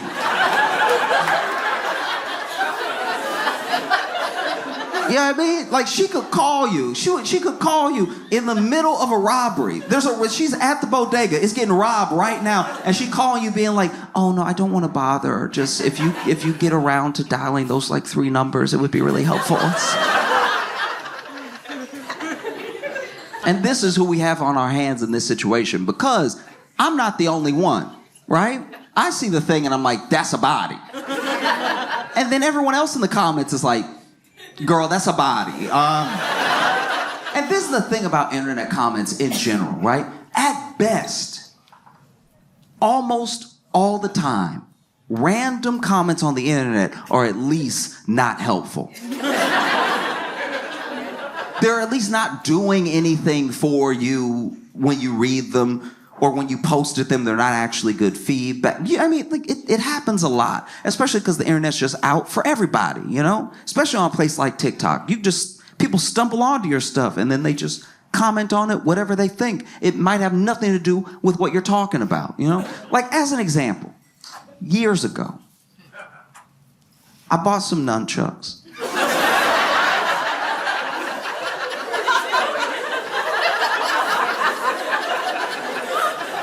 And I was watching a tutorial on how to nunchuck. And the dude's tutorial was good. He wasn't hitting himself at all. He knew exactly what he was doing, right? But then I went down to the comments to see if it was as helpful to other people as it was to me. And none of the comments had anything to do with nunchuck. The top comment was like, support the troops. And it's like, sure, but how'd you get that from this? So for all of her comments to be like, girl, that's a body, I think you should listen. Yeah? She made another TikTok where she was like, another really weird thing that happened was that my stepson was like going to bed and he went to plug in his phone. And when he woke up in the morning, instead of the phone being on 100%, it was on 3%. And you know how ghosts can suck up energy? I'm like, no, we're past this. It's a body. And once again, she was doing that white woman thing, trying to not make a big deal because, guys, I don't think it's a body. She says, I don't think that it's a body. I'm like, you think it's a ghost. It being a body helps your thing too.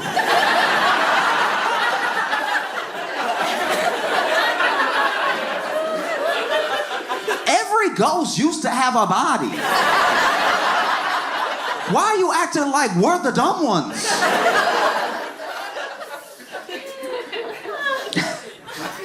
And so then she makes another TikTok where she's like, okay, y'all, I called the police.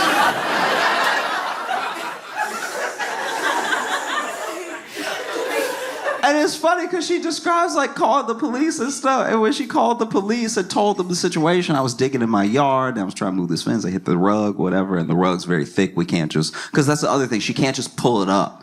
It's so heavy that it's like, it's down there. She would have to dig more to even expose more rug to even try to pull it up. And she tells the police that, and the police are like, that's not like a body.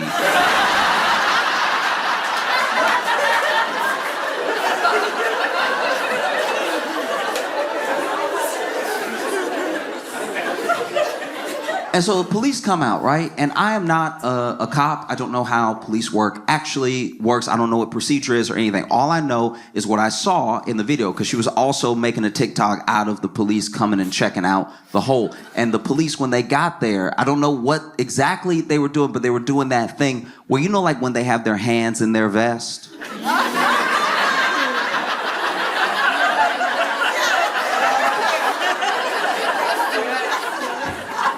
And so there was one cop that walked up and he was like,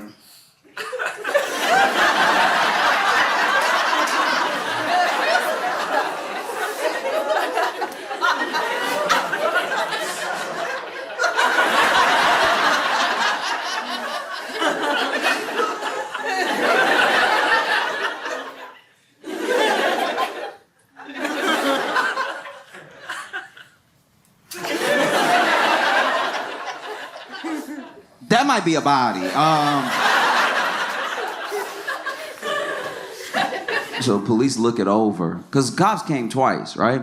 Police look it over. Then, part is fuzzy. I don't know what actually happened linking these two things. I don't know if the police said this to her before they left or if they called later and told her this, but basically they were like, look, it's a hole. I get that you're invested and that it's the rug, but we don't have the resources to just like do some big dig in your backyard for a case that's like not an open case or anything. There's not like some missing person or something. So we just, if you want to dig,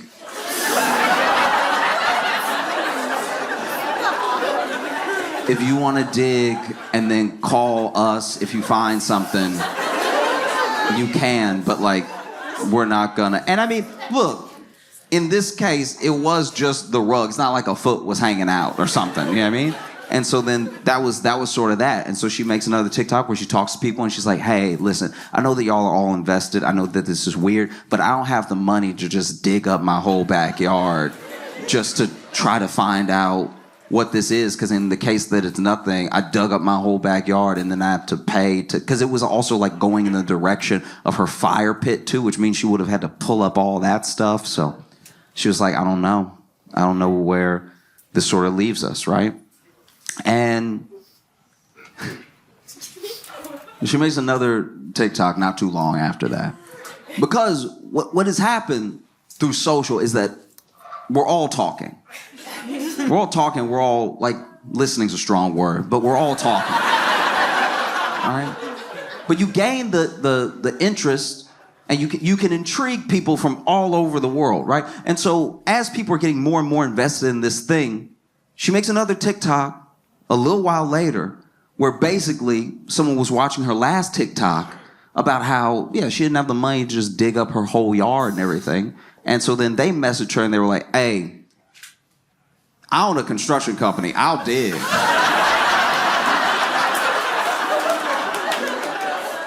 I will not be left on a cliffhanger, all right? Digging is what I do. And so then, you know, the next TikTok is her basically being like, hey, this person with this construction company said that they would come over and dig and help me figure it out and everything. So go ahead and tune back in, 4:30 Eastern Standard Time. I'm gonna go live and we'll find out together. This is what's really jarring about that, right? Is that TV used to be TV. You used to get your entertainment from TV, and TV was a thing. You used to buy the TV and know that all the TV would happen on TV. But now, slowly, over time, we're TV. Whether we mean to be or not. There's plenty of people who have realized they were TV in real time and been like, I messed up. I did not want to be TV today. You know? TV used to, we're spoiled. You know, we're used to 24-hour news. We're used to 24-hour programming, even paid programming. When a channel runs out of TV ideas, they're like, well, we'll let this person try to sell you something for 3 hours. You know what I mean? TV used to just have a few channels, too. TV used to have like 5 channels. And they didn't even have a lot of ideas. The TV would be like, guys, we're done. TV, you would have your TV on, but TV would be off. Because they were just, they just didn't have any more programs. They were like, you know what it is. We'll see you at 3 o'clock tomorrow. Go to bed. What are you doing up? Why are you still up right now? You have a problem. You need to see somebody, a doctor maybe. You probably have insomnia because you have left this TV on all night knowing that the Dick Cavett show only goes so late. And I didn't know about any of this. My grandpa was telling me, you know what I mean? But like, he was like, yeah, you used to, you know, that used to be how you knew you had a sleeping problem. And now, you know, she's opened herself up to the fact that like this incident has made her TV. She even said, tune in at 4:30 Eastern Standard Time. I was like, you have commercials too? Damn. And then soon after that, she makes another TikTok where she's like, okay, so, ooh, all right. So I got a call, construction company calls, but I got another call from homicide. And a part of me was like, duh, it's a body. But she's like, I got a call from homicide that basically they said that they don't know who the last two officers were communicating with because it wasn't them. They must have talked to somebody else who told them to tell me what they told me. Homicide heard about the case and they were like, we would very much like to check.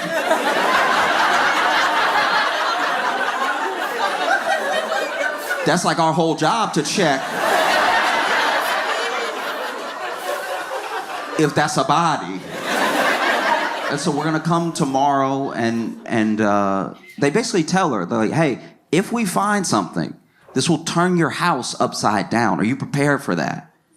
And she was like, yeah, I want to get to the bottom of this thing. It's been like on my mind and, we're not just curious. It's like, this could potentially be terrifying, And so they're like, okay. And if we don't find anything, then you're free to let the construction company dig and just see, like, get to the bottom of what maybe is dinosaur bones. Who knows, right? So next day comes, and she says in the TikTok, she's like, look, so still tune in at 4:30 Eastern Standard Time, but I don't know what you're going to be watching. So sure enough, homicide comes. They bring the detectives. They also bring the cadaver dogs, right? And both cadaver dogs signal at the spot in the rug, right? And they even did in different ways, because I don't really know. I don't know much about cadaver dogs. All I know is that the first dog, he seemed a bit junior. Do you know what I mean? That first dog was just a little too happy-go-lucky. You know what I mean? Like he really showed up and was like, oh, what a beautiful day. It's wonderful just be in a yard and be able to run around, stretch your legs, and hang out with your friends and stuff. Oh!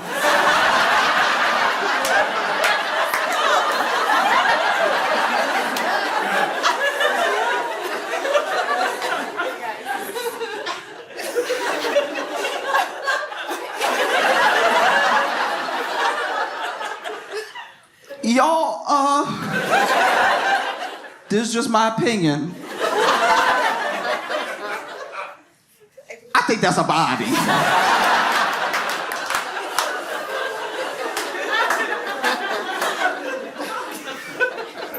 Second dog comes out, must have been more senior dog. They must bring two just to make triple sure, you know what I mean? Because second dog comes out much calmer, at least to me. Had more of a dignified gait to his walk.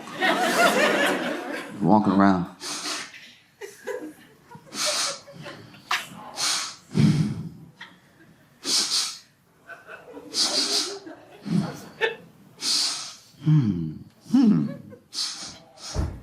Yep, that's a body.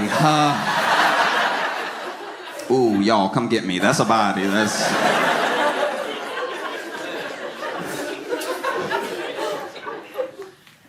it's got to be tough. It's got to be tough to be like a police dog because you don't know you have a job.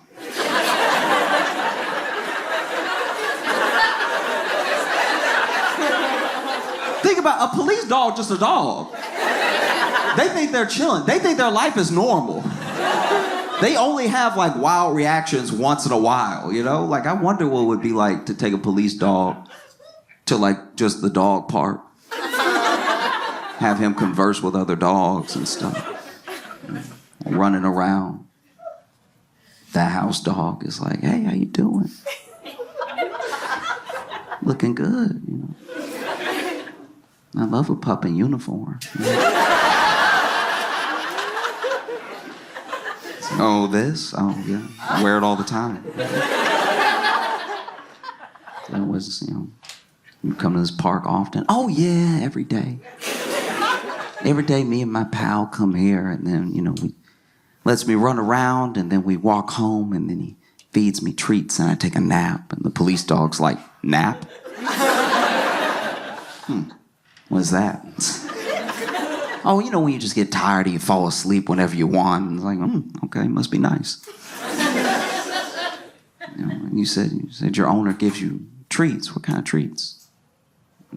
house dog's like, oh, all the treats. It's incredible. I get like the beef treats and the chicken treats. I go crazy for the tuna treats. I try to play it cool, but I can't. They're too good. You know, sometimes I'll play hard to get, but then I'm a sucker for the tuna treats.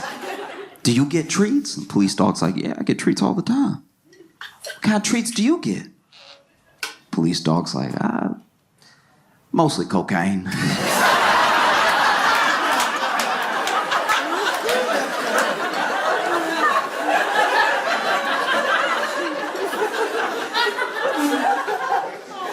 You know, because I'm one of the dogs that they have sniffed for the cocaine, and so I'm running all in the house checking for the cocaine. I usually get there first, and so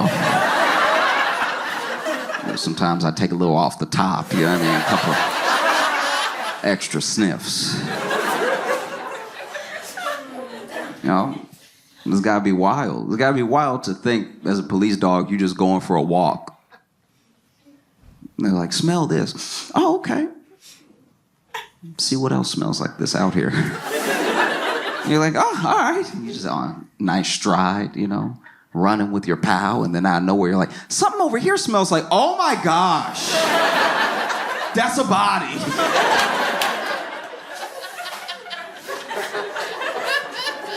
So both the cadaver dogs signal, right? And when they signal, you know, she's like, oh my gosh, like, you know, she's really taken it back. And I think that's also the first time that this becomes like real, because I think, you know, I can't say what was going on in her head, but I can imagine that, like, at the time you're just kind of going through the motions and having your own little true crime thing. But then when there's really something there and it becomes real, like, oh, this is terrible. This is terrifying. And then the police even come over and they're like, hey, you might want to stop recording. And so she makes another TikTok hours later where she's like, hey, I'm sorry I left y'all on a cliffhanger. You know, police were like, hey, maybe you want to stop recording. So I stopped recording and everything. But yeah, there's just people all over my house and stuff. And it was just like, I think it was all hitting her at once. And it must have been overwhelming, you know? And she's even saying to the camera, she's like, and the police, you know, they appreciate the fact that I'm the one that called them and stuff like that. So it's not like they're looking at me or anything. I was like, nope. Call a lawyer. Call a lawyer. Call a lawyer. Call a lawyer. Call a lawyer. Call a lawyer now. Put the phone down and call a lawyer. Don't talk to me. Call a lawyer. I'm not a lawyer. Stop talking to me. Call a lawyer.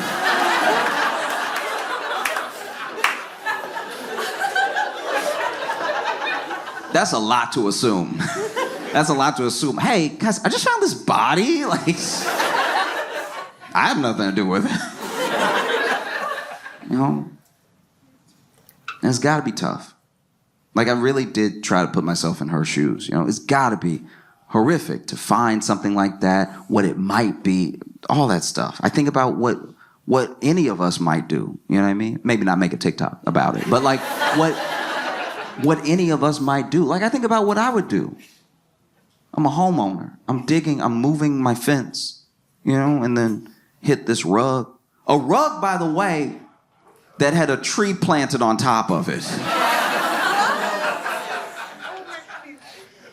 I think about what I would do, right? As Josh, and even more importantly, maybe, as like a black dude in America. I'm not gonna lie, I think I'd be like, yeah.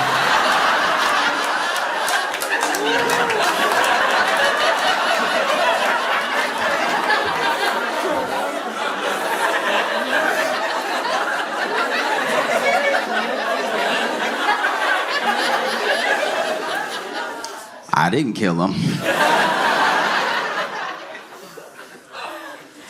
You know? So then they like properly excavate and they do a whole dig, and it turns out it's not a body. Isn't it weird to be disappointed?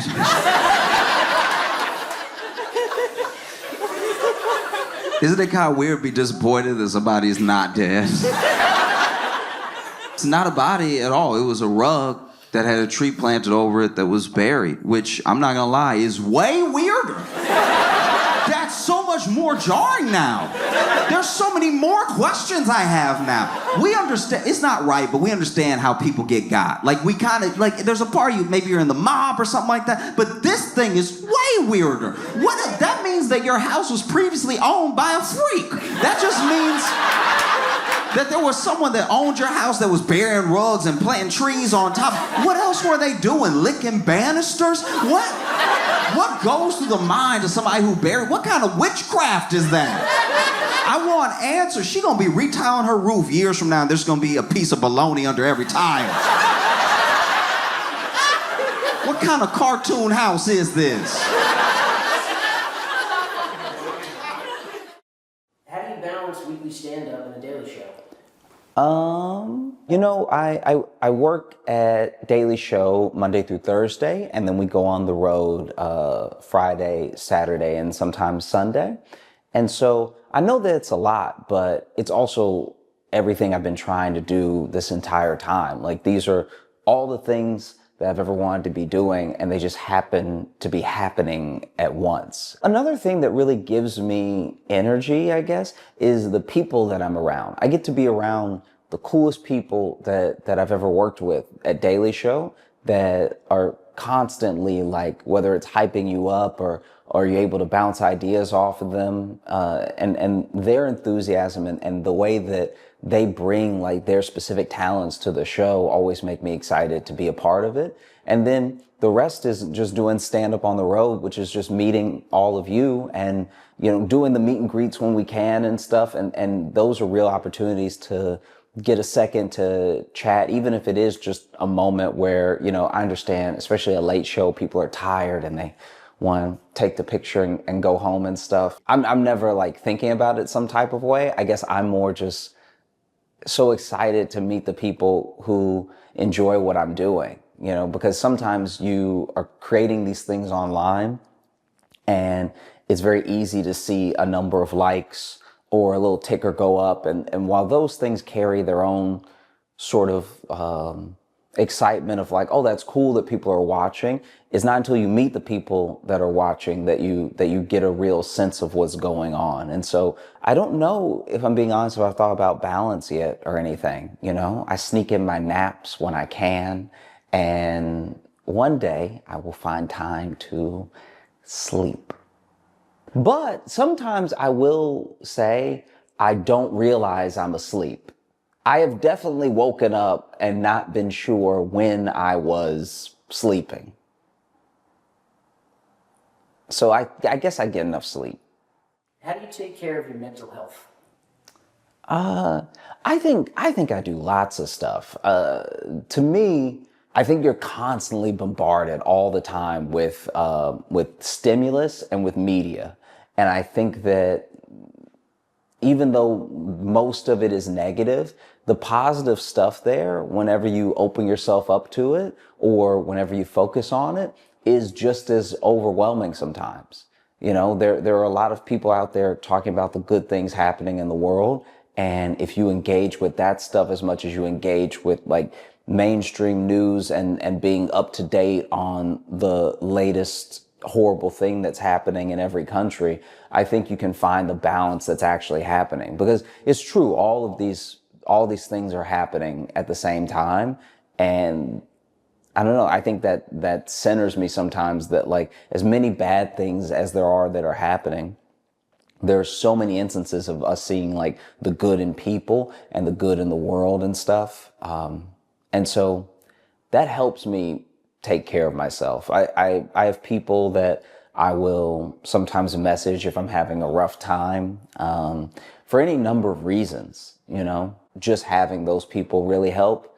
I think that therapy as well. Therapy, depending on your version of it and what you found helps you the most, I guess depends on how often you lean on it. And so, yeah, I think therapy, I think engaging in as much positive media as I can, and I think looking up specifically for news stories where something good is happening help me take care of myself. Why are your tickets $400? They are not. They're not. I cannot say this enough how much they are not. And because of how social works as well, no matter how many times you post that they're not, it may not reach the people who saw the thing. You know what I mean? Like we're all just missing each other because they're not at all. One of the reasons that you might see $400 tickets to my show are resellers. So I am trying to make sure everybody can come to the show. I'm trying to make sure that all the tickets are affordable, right? But if someone buys up a bunch of tickets and then they go to the secondary market and they wait until the show is sold out and then they try to sell it to people who want to come to the show but missed it, they're going to charge whatever they think they can get, right? So while it's $400 in this economy, $400. I am not asking that of anybody. $400 is too much money, okay? I can't sing. Yeah, I mean, like we're not talking about tickets to like somebody who can do backflips or something like that. Resellers are charging these astronomical prices, which is why I tell people to join my email list. If you join my email list, I will let you know when I add shows. I'll also let you know when shows are happening. You'll also get access to pre-sale in some of the markets because we try to email everyone out. There's a whole thing that I'm learning about how like venue have pre-sale tickets and days, and everybody has a certain amount of tickets that they're allowed and stuff like that. But as soon as we can go to you with the ticket, we try to go straight to you. So that way the email is coming from me and then you can get the ticket at its intended price, and we completely cut resellers out of it. Sometimes I even lose words for how best to describe how bad of a thing this reselling is, because it cheats you out of money and it cheats a lot of people out of an experience, you know? Because let's just, for the sake of argument, say the reseller buys my ticket and they're charging $2,000, and then people are like, Josh, love you, nice little quips, nice little witty jokes online, but $2,000, no. Now, somebody who was willing to pay the like $35, $45 that I was charging for the show doesn't get to come. And then this reseller is blocking people from having a good time at the show, you know? So my tickets are not $400. If you see that, you know, not only don't you buy it, but also feel free to warn other people, hey, this thing is not real, you know? So hopefully I've spoken about it well. Hopefully. Where is your hour-long Netflix special? It doesn't exist, but I think maybe it could one day. We'll see. The reason I do stand-up is to connect with the people that I'm doing stand-up for. And that's been happening through social, through YouTube, through like live performance as well. So I feel like the connection is there, and it's getting stronger, and it's growing. And so I don't concern myself as much with like, oh, when are we going to get this thing, or can we get this person on the phone or something? Because to me, all things happen as they're supposed to in the right time. And so if there is a day that comes that I have an hour-long Netflix special, then the day that comes will be the day that it comes out. Until then, I'm having a great time posting and writing as much as I can and just sort of putting that stuff out there. Can you go deeper into your writing/performing process? Yeah, so I guess I don't know. I could talk about it all day. So I'll try to give like some bullet points. I think when you're writing about anything, in my experience, I think taking the things that you find funny about them and the things that you find interesting about them and believing in them are going to be ways that you connect people to the thing it is that you're talking about.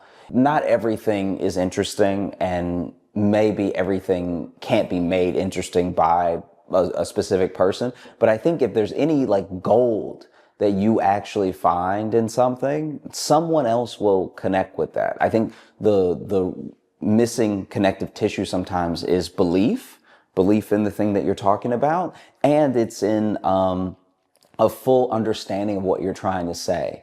And so whenever I'm writing anything, I'm trying to make sure that I'm fully distilling the idea down enough that if you don't know me, and if you don't know what I'm like, and if you've maybe even never watched stand-up before, you'll still get what I'm trying to say.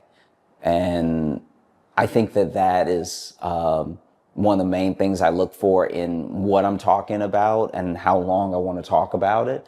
And then I think that sort of all of life informs other pieces of it. So if I may be talking about one thing that has nothing to do with any of the other topics I bring up in my mind while well, let me see, now I'm rambling. Hold on. If you choose a topic to talk about, right, it may seem incredibly isolated. It may seem like one of its kind. But because of how long humans have been around and because we have cyclical behavior, it's not. So no matter what the thing is, there's something like it that has happened before, even if it's only in spirit.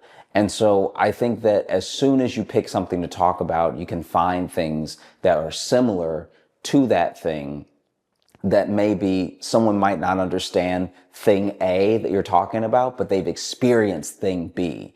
And if thing B is a universal enough experience and you link it back to A, then I think that you can in turn at least give people the option of seeing what you're trying to say. And that's just one way to do it. I think that the other way is like take the thing that is your topic that's most important to you and breaking it down on every level. At some point with those layers, people will start to see what you mean. Whether or not they agree is like completely up to them. And luckily for stand-up, you don't really need anyone to agree with you. You just need them to be enjoying what you're saying and find it funny. Some things that we find funny are because of agreement, and some things that we find funny is because of the absurdity of it and how much we disagree. And so I think that in those ways, you don't really need to have the way a lawyer does an iron tight argument. You more just need to have all of your points built out and know exactly what you're trying to convey. And then that will be the link between you and the people that you're sharing with. I think that, yeah. Thanks so much for watching. I appreciate you so much. I look forward to seeing you on the road when I come to your city. Make sure to join the email list. It's at joshjohnsoncomedy.com. And I look forward to making more videos for you in the future. You know, I really love what I'm doing right now, and you're part of why I love it so much. Yeah. Till next week. So when I swing my legs, are you getting that? No. Oh, you're not? Okay. That would be my undoing, because they are nowhere near. And it's like, it's hard to take a man seriously when they're swinging like this, because it's a natural thing. Like if they were on the ground, they would be planted enough that it wouldn't be a big deal. But because they're so free, because my knees are really off the edge, there is a dangle that's not only a bit dainty, it's a bit whimsical too. It's not the right vibe to try to be. The shoes are also Velcro too, so that... Yeah, okay. These actually aren't my normal shoes. I wore these because I lost my shoes. And so I'm still looking for my real shoes. But then until then, I have these on, and everyone has been looking at me like I need help. I have not encountered anybody in a store or on the street that has seen my shoes and not been, let's just say, extra nice to me. Dangling in Velcro shoes, it's not the look for a grown man. You know what I mean? Like, this is when I tell you I'm positive that this is like a walking ick. Yeah, like this is bad. So I was also not happy about it, because I literally asked my girlfriend, hey, do you know where my shoes are? Which is one of the most insane questions you can hit a person with, because your shoes should have been left by you somewhere nearby. But I did not know where my shoes were, and I haven't worn these in maybe a year. I don't even know where they came from. I really don't. Like, maybe I bought them, but I feel like they were a gift. And not just a gift, but like a re-gift. Like, I think they were given to someone my size, and then that person was like, nah, I can't keep these in the house. Look, it's better than not having shoes. I'm grateful to have more than one pair of shoes, but I'm also praying I find my real shoes soon, because, ugh. The main shoes, they're what, on? On clouds, yeah. When are you going to get an endorsement? I mean, you have those on every show, every stage, all over the country. That's up to On Cloud. I wear them because they're comfortable. But an endorsement would be nice. That would definitely buy some more On Clouds. Yeah, they might as well endorse me. I would just give the money back to them almost immediately in On Clouds.